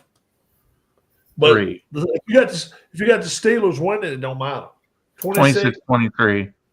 26-23. Oh, that's true. Yeah, it was Cincinnati's favored. Yeah, so you'll go over. All Yeah. right. Harris, he says he thinks this could be an overtime game this week. He really, really likes the Steelers to win this ball game, though, 27-21. So Harris will go with the Steelers and the over. I think it's going to be a good ball game, too. 26-20. I'm going to take the Steelers to win the ball game outright, and I'll go with the under here. Michael. Now I could sing my other favorite song now. It looks like I'm going to go on the island. I'm going to go on the island. Well, Tim's already taken the big one. Tim's already taken Well, guess what? You have a buddy. I think Ciara's going to go to them and say, look, Mike, don't play my hubby. I'm pregnant. I don't need him getting sick with my baby coming. I don't think Wilson's going to have a great game. It's going to be cold in Cincinnati. I think Joe Burrow has the advantage, and I think that the train that people are riding with the Steelers might come to a crashing halt. Cincinnati will win 28-17. Well, to be fair, Fields 28-17. So Mike goes with the Bengals in the under. Fields played the majority of the second half in that game because Oh, a college coach got axed today. Did anybody hear about that one? No. Matt Brown. Yeah. Did he get banned or did he just say he's quitting? Well, no. That's all right. They came out and said they were firing his ass. They said Brandon Crawford no, retired. they came out. They gave him an option to finish the year or not. That was up to him, and he opted to stay. So he's going to finish that title winner and all. Brandon Crawford retired from the St. Louis Cardinals today. Oh, okay. Brian, Who did? Brandon Crawford, baseball player. Shortstop. Okay, for the Steelers, power running and defense will travel, and it also plays well in cold weather. Tomlin's going to try not to go for Ohio because he lost last week in Cleveland. Cincinnati's still got the 28th ranked defense, so maybe that will improve Pittsburgh's red zone offense. I've got the Steelers winning this game 24-22. 24-22 is 46. So Brian will go with Steelers and under. All right, we're going to Keith. We got the Arizona Cardinals. They come into Minnesota to play the Vikings this weekend. Vikings coming off of 3 straight road games where I think they won all 3. They play the Cardinals. Now at home, Cardinals are going to Vikings are 4-point favorites, 46 and a hook. Yeah, I was impressed with Minnesota's offense. I mean, the group of receivers, obviously Jefferson and Addison. Hawkins Smith, and what's the other guy's name? Addison, yeah, he was really good. Addison.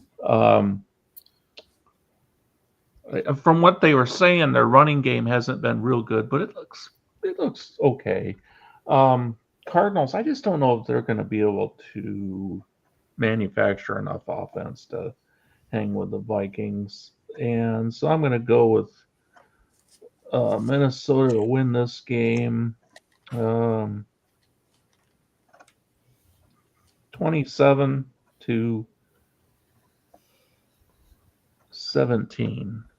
27-17, 44. So Keith will take Vikings and the under. Harris says he thinks the Vikings will win pretty much by a touchdown, 31-23. He's going with Vikings and the over in this ball game. 46 and the hook is the total. I think I'm going to go with a little under in this one.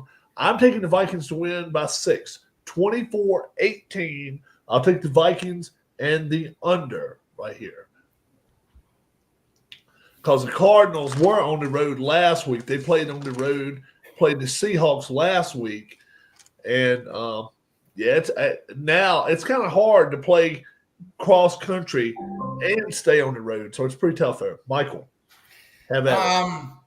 I don't know if the rumor is true, but I'm going to tell another Michael story. Minnesota's home. The fans are wild. They're going to go scolding and scolding and scolding. Sam Darnold's the quarterback. Here's the problem. Sam is going to have a really rough go of it, okay? Cardinals' defense is not as bad as everybody thinks they are. They are.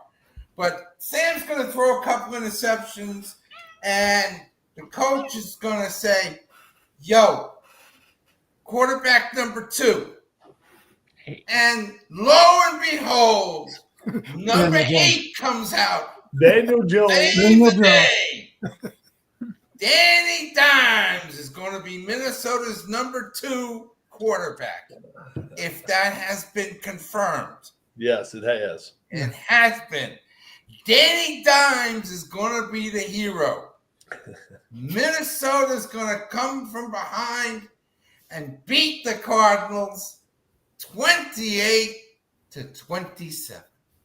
28, And the hero will 27. be Danny Dimes. So If Mike will take Saquon Barkley can do it, so can Danny Dimes. So Mike is going to take the Cardinals because Mike's a 4-point favorites.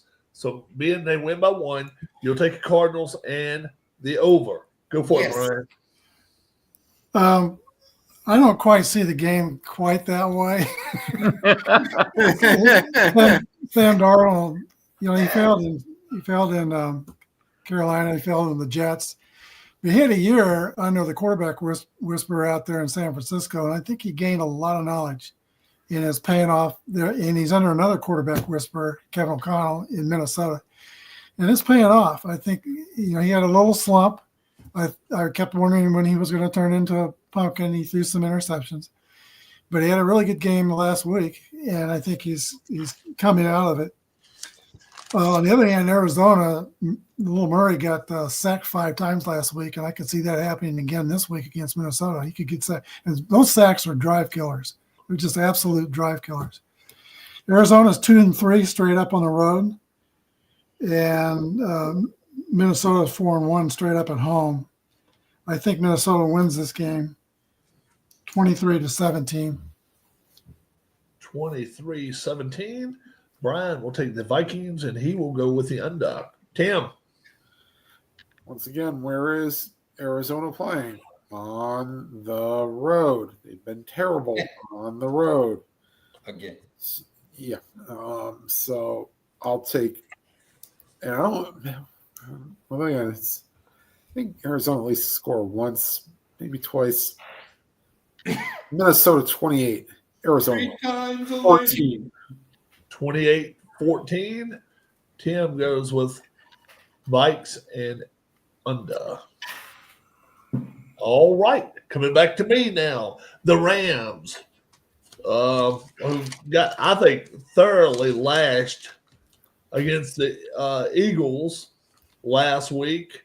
Rams, 2.5-point favorites going to the Saints this week, 46 and a hook.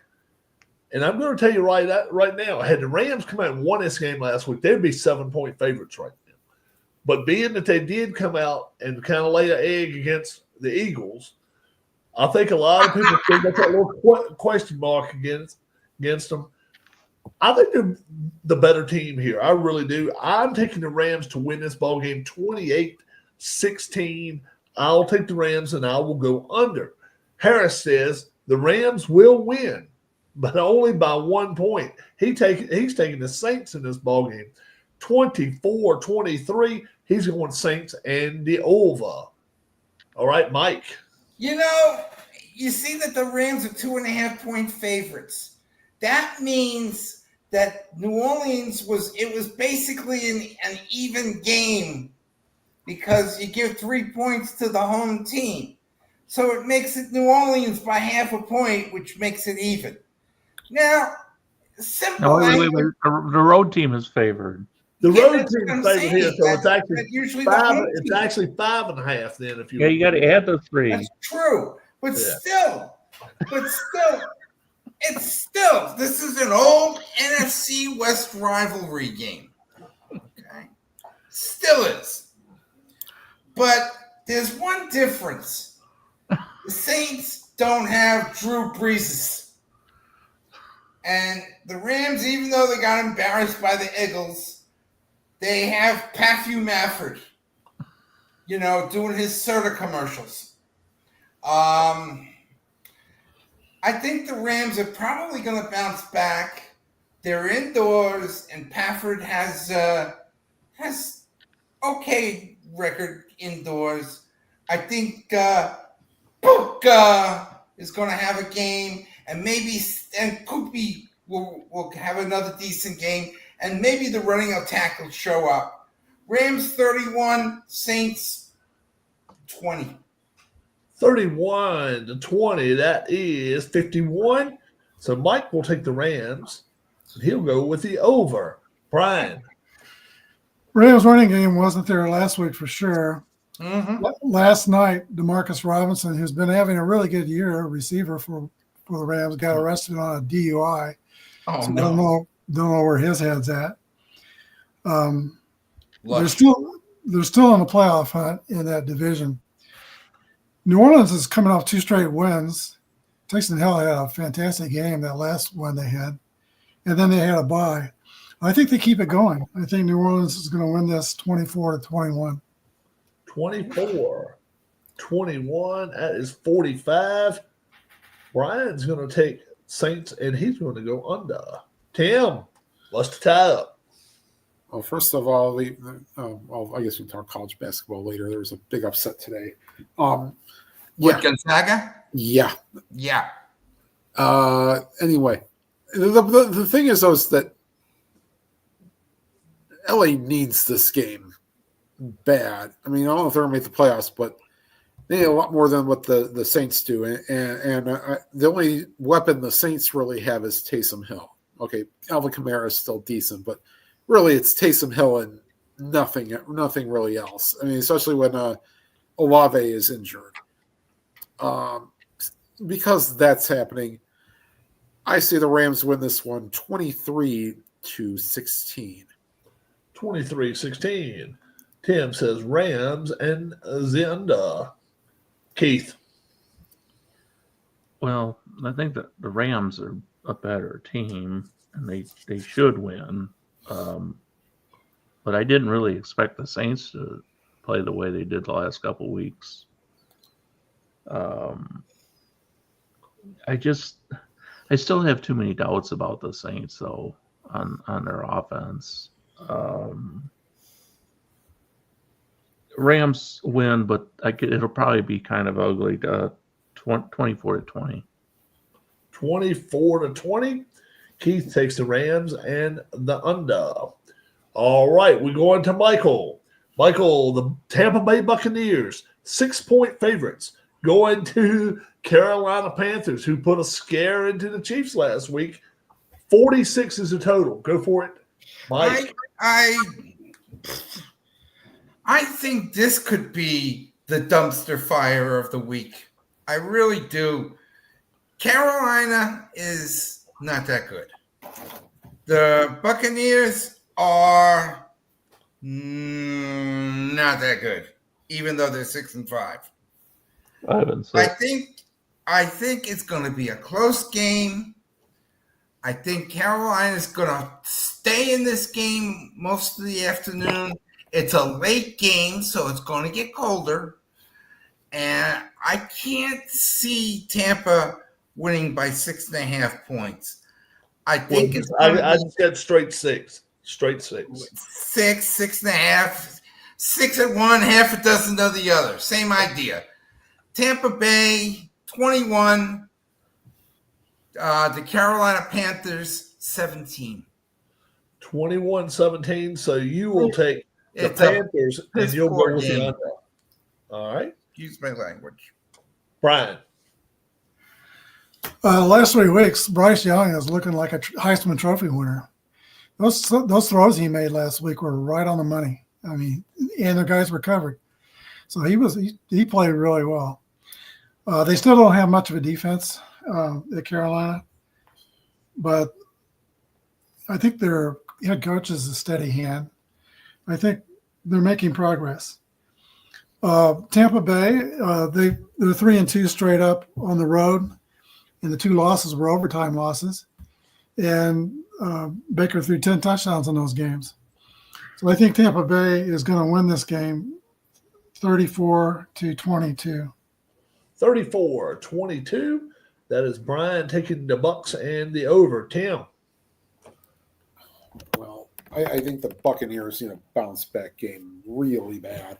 And also Mike Evans needs a touchdown catch. Worse than some people need third helpings at their Thanksgiving dinners on Thursday.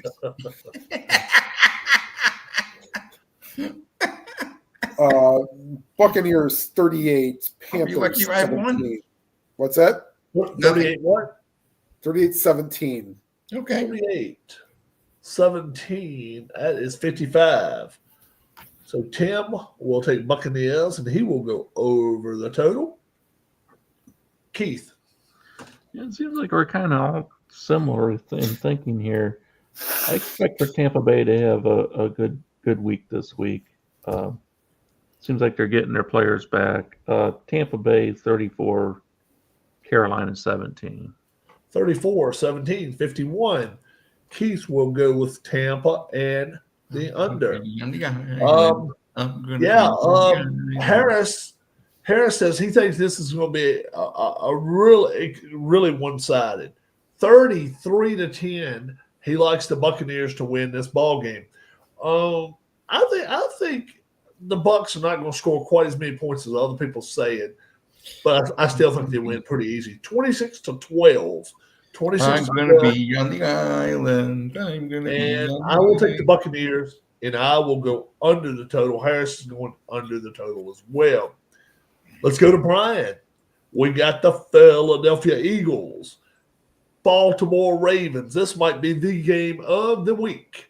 Ravens are 5-point favorites in this ball game at home. 50 is the total. Brian, have at it. I'm going to definitely be watching this game. Saquon Barkley over 1,300 yards. Derrick Henry over 1,300 yards. It's going to be quite a matchup. The Eagles got bad news on Brandon Graham. I know he's old, but he has really been contributing. Yeah, he's out for the year. Is he? Yeah. Yeah, he will be missed. He has been contributing quite a bit, and more so than with his mouth. He's quite a talker. Yeah. But Philadelphia still is very strong up the middle in defense. So we'll see how that goes for Derrick Henry. Baltimore, they're playing well now, and they've got 4 10-plus comeback wins. So this game, somebody gets up by 10 points, don't leave. Either team could come back in a hurry. So I got Philadelphia winning a close one. 24-22, Philadelphia. 24-22. That is Brian taking the Eagles and going with the under. Tim. I mean, I wish I knew what the Ravens' run defense was, but I think they held the Browns pretty good. But, I mean, boy, the Ravens are 7th in rushing defense. Okay. All right. I mean, second, I'm sorry. Second in run defense? Yeah, 77.9 yards a game. Oh, wow. Okay. Well, then that just means they'll have to throw to A.J. Brown or, Zach Goddard or other people. Is Devontae Smith healthy? Smith is I think he's a question for this week. Okay. He's not been cleared all the way, but we will see. I guess tomorrow or Friday they'll see if he's cleared to play. But right now he's still. I see a possible either. Well, I think the Ravens may get a field goal to get it within 3, but I think that'll be at 27-24 Eagles. 27-24. Tim just is going over there, the 50. Keith. I'm going to go with Baltimore 26, Philadelphia 19. 26-19. He's going with the Ravens. So that's Keith. He's going with the Ravens, and he's going under. Harris says it hurts him to say it. This is going to be an overtime loss for John Harbaugh. That's what he said. I knew it. 23-20. He says the Eagles will win this ball game. Look, I'll tell you what. I just look at it all the way across the board. Four ways here. Offense, defense, both teams. I think offense, I think Baltimore has a little bit of an advantage. Defense, I think the Eagles have the advantage. But when you put Philly's offense against Baltimore's defense, I think there's a clear favorite there, and I think it's Philadelphia. Home field here is worth more than 3 points. This is going to be the game of the week. Eagles 23, Ravens 22. I think this is going to be one hell of a fight. I will take the Eagles, and I will go under the total. Michael. This could be the Super Bowl matchup. That's the way this has been going now. Now, I know things are going to change in the next month, 6 weeks or so, but right now, this could have been the game that Prime would want, all right? Not CBS, where you're going to have to hear Tony and the scratchy voice, and oh boy, Jim, you don't mind, but Tony, you got to hear his scratchy voice all right, okay? I love Saquon. He did a beautiful job last week, but he's going against it's Saquon and Jalen Hurts versus probably the top 3 quarterback in the league of Lamar Jackson and perhaps the number 1 running back in the NFL, Derrick Henry. You put those two together, it's too close. But Ravens are home. Ravens win this game 27-20. 27-20. Mike goes with the under. Let me put something out there for you. 2012 or 2013. The last time a non-quarterback won the MVP, Saquon Barkley has better numbers right now than that running back did in I think it was 2012. He's got better numbers right now through 12 weeks. We'll see what happens. But to me, right now, he's the MVP of the league. Saquon Barkley, not even close. I don't even think it's close. Well, Barkley's at least there. He's within shouting distance. Yeah, I think so too, but there's one other player I think. Let's see what happens. We are ready to go. Let's see. That was Mike. We go to Tim now. Sunday Night Football. I think they was hoping for a better game than they getting here. The 49ers traveling to Buffalo to play the Bills. The Bills are 6.5-point favorites. 46 is the total. Have at it. You know, I usually reserve my my Christmas songs till before Christmas. No, you haven't the heard weather mine outside is frightful, but the football could be delightful. And since they've no place to go, let it snow, let it snow, let it snow. From what I'm hearing, there could be 6 inches of lake effect snow for this game. Yes, during the game. During the game. Yes. So which means that we could have that infamous Philadelphia-Detroit scene from many years ago when Calvin Johnson fell flat on his face and got a face full of snow. Oh, wonderful times. But unfortunately, there is no shooting McCoy in this. Was that 2015? I think so, yeah. Yeah, we were living up there then. I remember that. Remember Steve Young back in the 80s. That was a night game, too, if I recall. No, it was a day game. It was a day game? I think it was a 4:00 game. Okay. But Shady McCoy, there's no Shady McCoy, master of the snow running. You know, No. He had 2 games where he just went. It was fantastic. One was against the Lions, right? Yes. Yeah, that was against the Lions. And the Lions punt returner had 2 touchdowns in that game.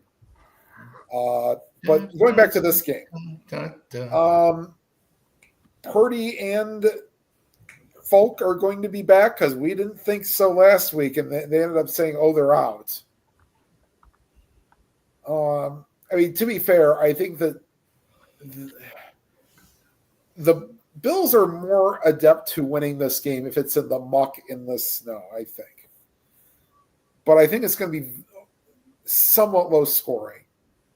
Bills 16, 49ers 9. 16-9. The Bills just barely do cover. Tim has the Bills and the under. Is Purdy still out? Purdy's supposed to play this week. He's chance he comes back. Mm-hmm. He's still on the injured list as questionable, but they're saying that they think he will be back. Bosa, I think, is still out. I have not heard. One of their offensive guards, Feliciano's out also. I think Bosa's still out too. I'll say Buffalo 24-17. 24-17. That is 7 points. See, that is 41. So Keith will go with Buffalo and the under 6.5 points. Yeah. My man Harris says the Niners season is done.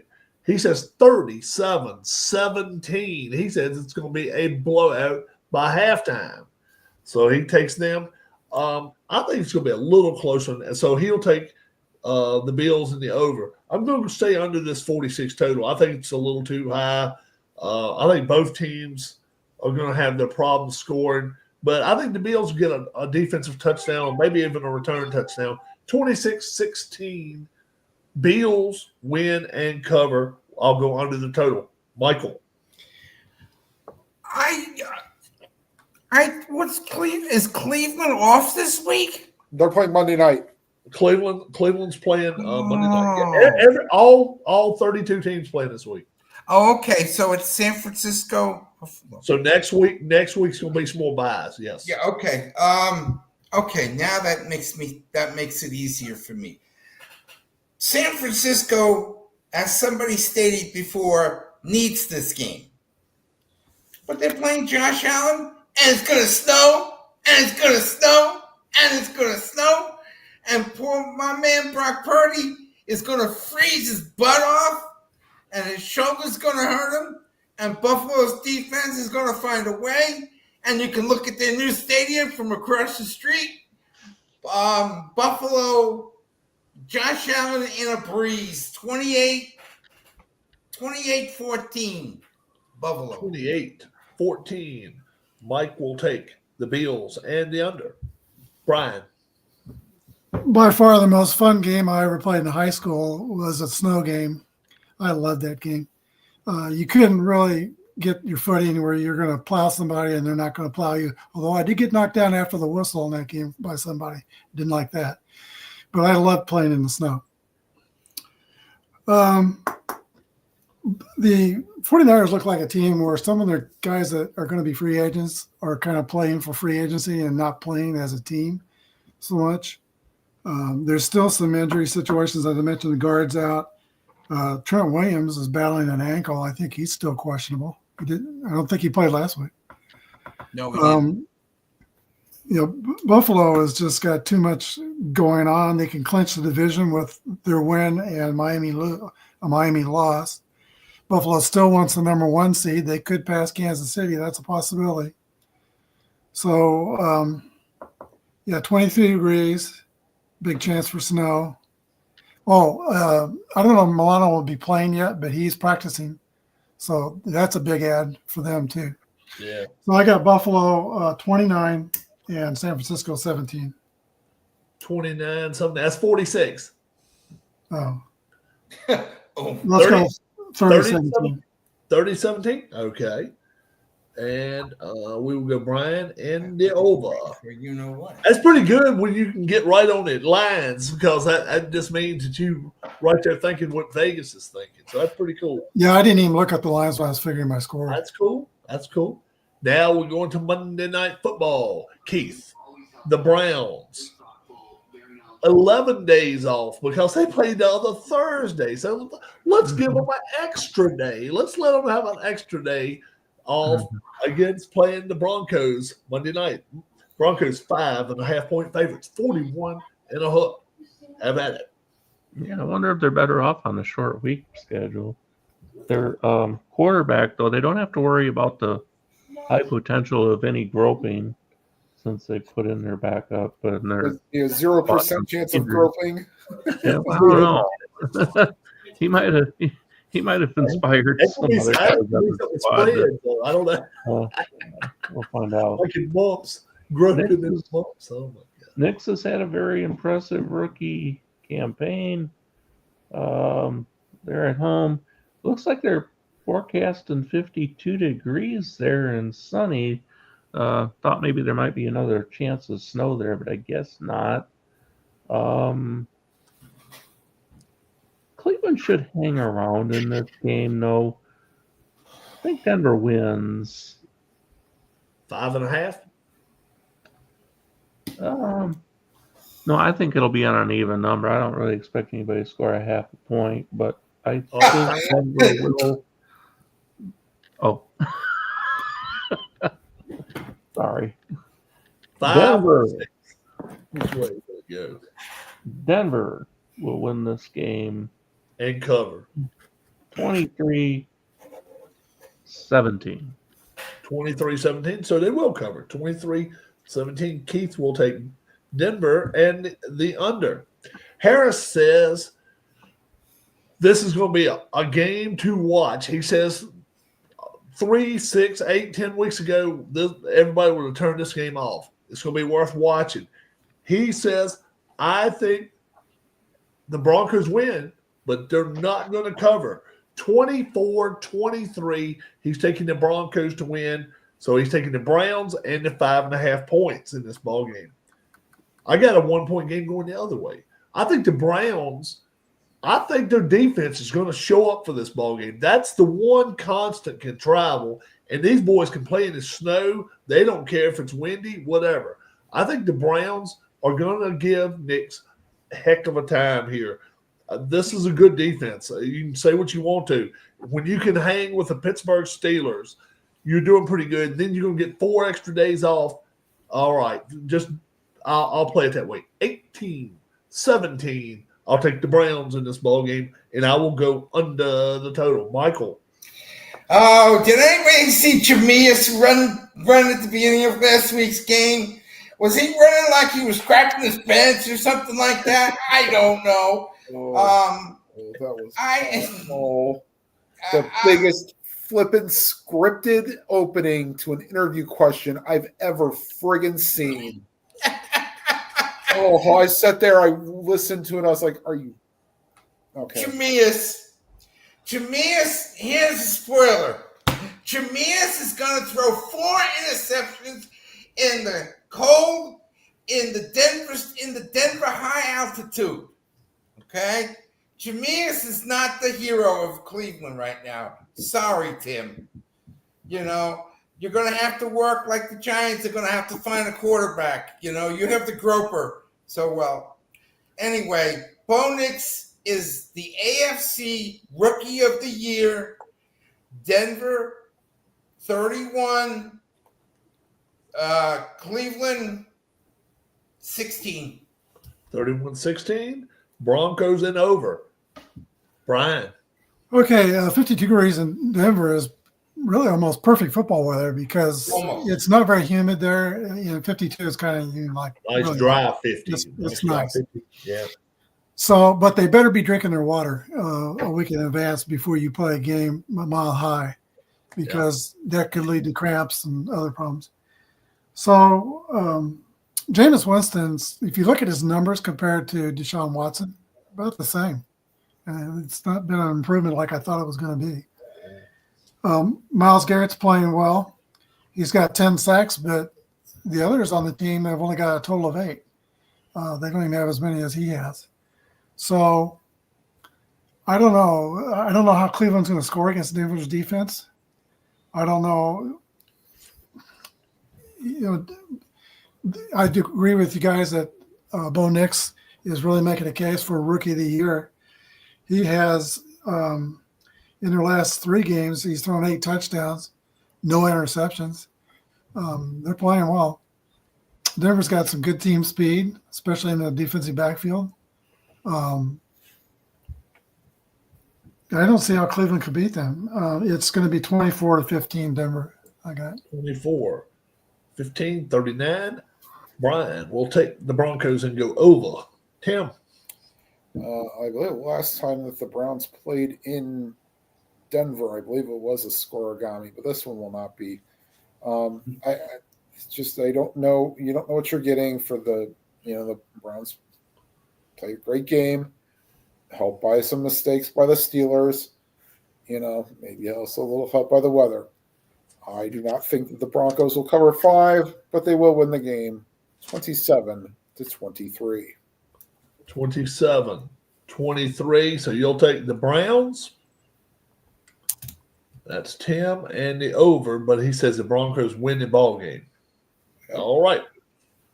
both of them are wearing their Snow, there's the white helmets. Oh, okay. Yeah. Okay. We go back to last week in our locks. Well, not locks, very good. We went 3-3 on locks. Harris took Tampa Bay, yes. Mike took Kansas City, yes. Brian took Denver, yes. Tim took Washington, no. Rob took Pittsburgh, no. Keith took Houston, no. So, we will find out here right now with Tim. Harris has already taken one, but being that he took one last night, if you want a repeat, I won't take it.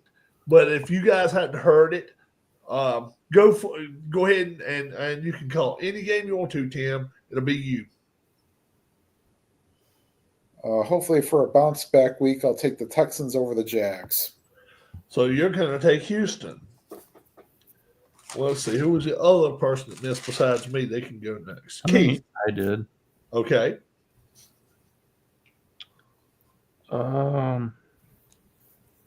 He took Houston. Mm-hmm. That's the only one you got to worry about. Mm-hmm. I'm going to go with Tampa Bay. Tampa Bay. That is Keith. And I was looking at that game myself, but I won't take Tampa Bay, obviously, because I can't. Wow. I tell you, it's a lot of in-between games here right this week. Mm-hmm. But, I'll tell you what. I think you got to take Buffalo here. I think Buffalo, the Niners, just don't scare me a lot this week. I will take them. Let's roll the dice for the other three guys. Brian gets a 5. Mike gets a 20. And, okay, so it'll be Mike gets to go first. Go for it. You just can't take it forward. A lot of in-between games, but all I got to say is one thing. Boom! Seattle. Oh, you're going to take Seattle. Mm-hmm. He's just got to say boom against the Jets. Seattle. And don't tell my brother. Brian. Well, I know what happened last week, but I'm going to take Kansas City. See, I saved them for you. I was thinking about that one. Yeah. But no. And we didn't take Detroit. That's who Harris took. Okay, good. Detroit Lions. So I'm glad we kind of didn't overlap. Michael, while I go turn my television on real quick, give us the top 3 teams in the NFL. Top 3 teams in the NFL. Number 1, Detroit. No question in my mind, the Lions. Number 2, I got to say the Ravens. I don't care if they keep losing or whatever.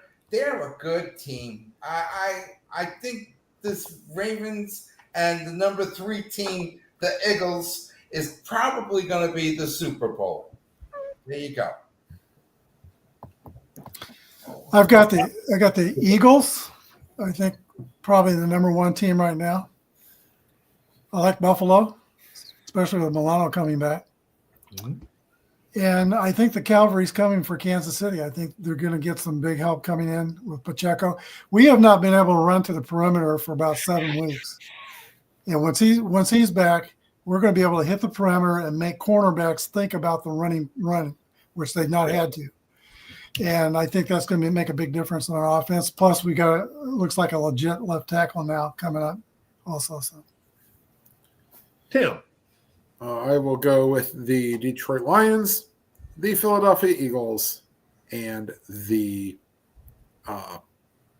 Buffalo Bills. Okay. Keith. Lions,